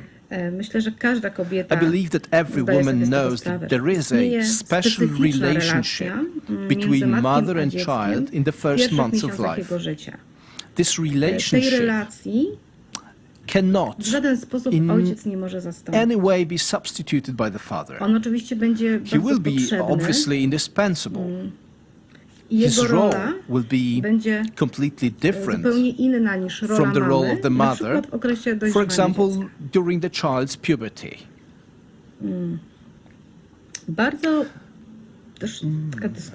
There was some time ago, there was also a heated discussion on the term used by John Paul II in reference to women, to femininity, when he spoke of the so-called feminine genius. It turns out that this feminine genius, this statement, this term, does not only offend those who represent secular feminism, but also feminist theologians try to fight against it in various ways. Why then does talking about this so-called female intuition, about the extraordinary role it has to play, arouse so much resistance and anger? Just to cite the words of an American nun, Sister Sandra Schneiders. She puts it this way: it is high time to accept that these words and others belonging to the same linguistic group are a code reflecting the theory and program of sexual apartheid, of female subjection in the church. Therefore, dear ladies, a woman's genius is in fact nothing but a tool of oppression that must be opposed by all means. Pity. Pity, as there is a great wisdom in John Paul II's theology of the body, but also in his vision of feminism. Without going into the theological intricacies of John Paul II's teachings at this point, because there is no time for that now, it must be said that he always displayed a great concern for women. Motherhood, it is strongly, very strongly emphasized by John Paul in his 1988 apostolic letter, Mulieris Dignitatem, contains within itself being open to the new person. And this is precisely the unique contribution of the woman. In this openness, in conceiving and giving birth to a child, the woman discovers who she is through the selfless gift of herself. The gift of inner readiness to welcome and give birth to a child is related to the conjugal act, which should constitute a special moment of mutual giving by the man and the woman. This is what John Paul II says. Why then talk about this female genius? Feminists have even coined the theory that it is to shut women's mouths. However, this is actually an absurd accusation. Recalling the truth about female genius is in no way meant to humiliate or discriminate against women. It's the opposite. It is attaching value to what they do, who they are, appreciating their input in the family and the society as such. This truth about the feminine genius resonated strongly in the letter to women, written by John Paul II in 1995. These words are still very up-to-date, very valid. For a woman, precisely by sacrificing herself for others every day, expresses the deep calling of her life. Perhaps even more than a man, she sees the human because she perceives him with her heart. She sees the human independently of all ideological or political arrangements. She sees him in his greatness and in his limitations and tries to meet him and come to his aid. And although feminist circles can see nothing but male domination and even a form of oppression in this genius of women, they are mistaken, because John Paul II spoke out repeatedly against any form of discrimination against women. Once again, I would like to refer to the letter to women, to the text, which is still very, very relevant. Because many of the issues that were signaled in 1995 still need to be developed, still need to be resolved. It is a matter of urgency to achieve real equality of rights for people in all countries. That is to say, equal pay for equal work, care for working mothers, opportunities for career advancement, equality of spouses from the point of view of family law, and recognition of all that is associated with the rights and duties of citizens in a democratic system. Although John Paul II attaches enormous importance to the issue of motherhood, he never advocated the exclusion of women from the social discourse. The politics of the future, writes John Paul II, shall require that the woman be increasingly involved in solving problems such as leisure time, quality of life, migration, social services, euthanasia, drugs, health services and healthcare in general.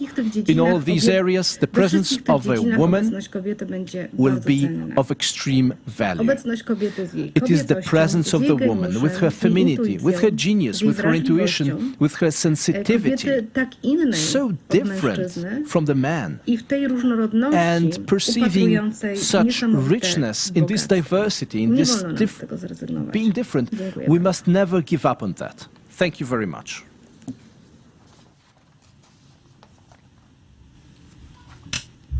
Thank you so much for your lecture, and I think it is a great way to sum up our conference, because that was what John Paul II was highlighting in his thought could be a really great point of reference to our further actions in defense of women's rights. And I totally agree with your observations concerning how the modern society is treating women, especially mothers, who are dedicated to take care of their children by themselves. It is very sad that the same feminism that describes themselves as defenders of women's rights are often stigmatizing women who are freely choosing to be mothers, full-time mothers, and to take care of their children in home. How they are often labeling them as people that are just not doing anything, that are inactive, and so on, which is of course totally not true, because I think motherhood is one of the most active activities, because of course, yes, especially when we are talking about little kids, or we have a lot of them, it can be really exhausting. So it is something that we should fight against, because it is a real feature of discrimination. Now women are discriminated because they are mothers and they are choosing motherhood, which is very, very bad. And I think what John Paul II pointed out in his writings was very important, and could be something that will allow us to have this balance between motherhood, which is essential to most of women, and other roles that women also can play and should play, if she wants to, in the society. So thank you again, and it was a great summing up of our conference. And now I would like to again thank all of our guests. It was great to have you there. I hope that this conference will be a platform of exchanging thoughts and experiences, best practices in defending women's rights in free of ideology way. I hope that there will be next editions of our conferences and that we will be able to meet again in the future to discuss all these very important issues, because I know that we all do care about real women's rights, real women's needs, real women's troubles we should deal with. And I hope that this is the best way to address all these issues, to speak in a free and basing on empirical knowledge, on facts way. Thank you again so much and have a nice day or nice evening. Thank you.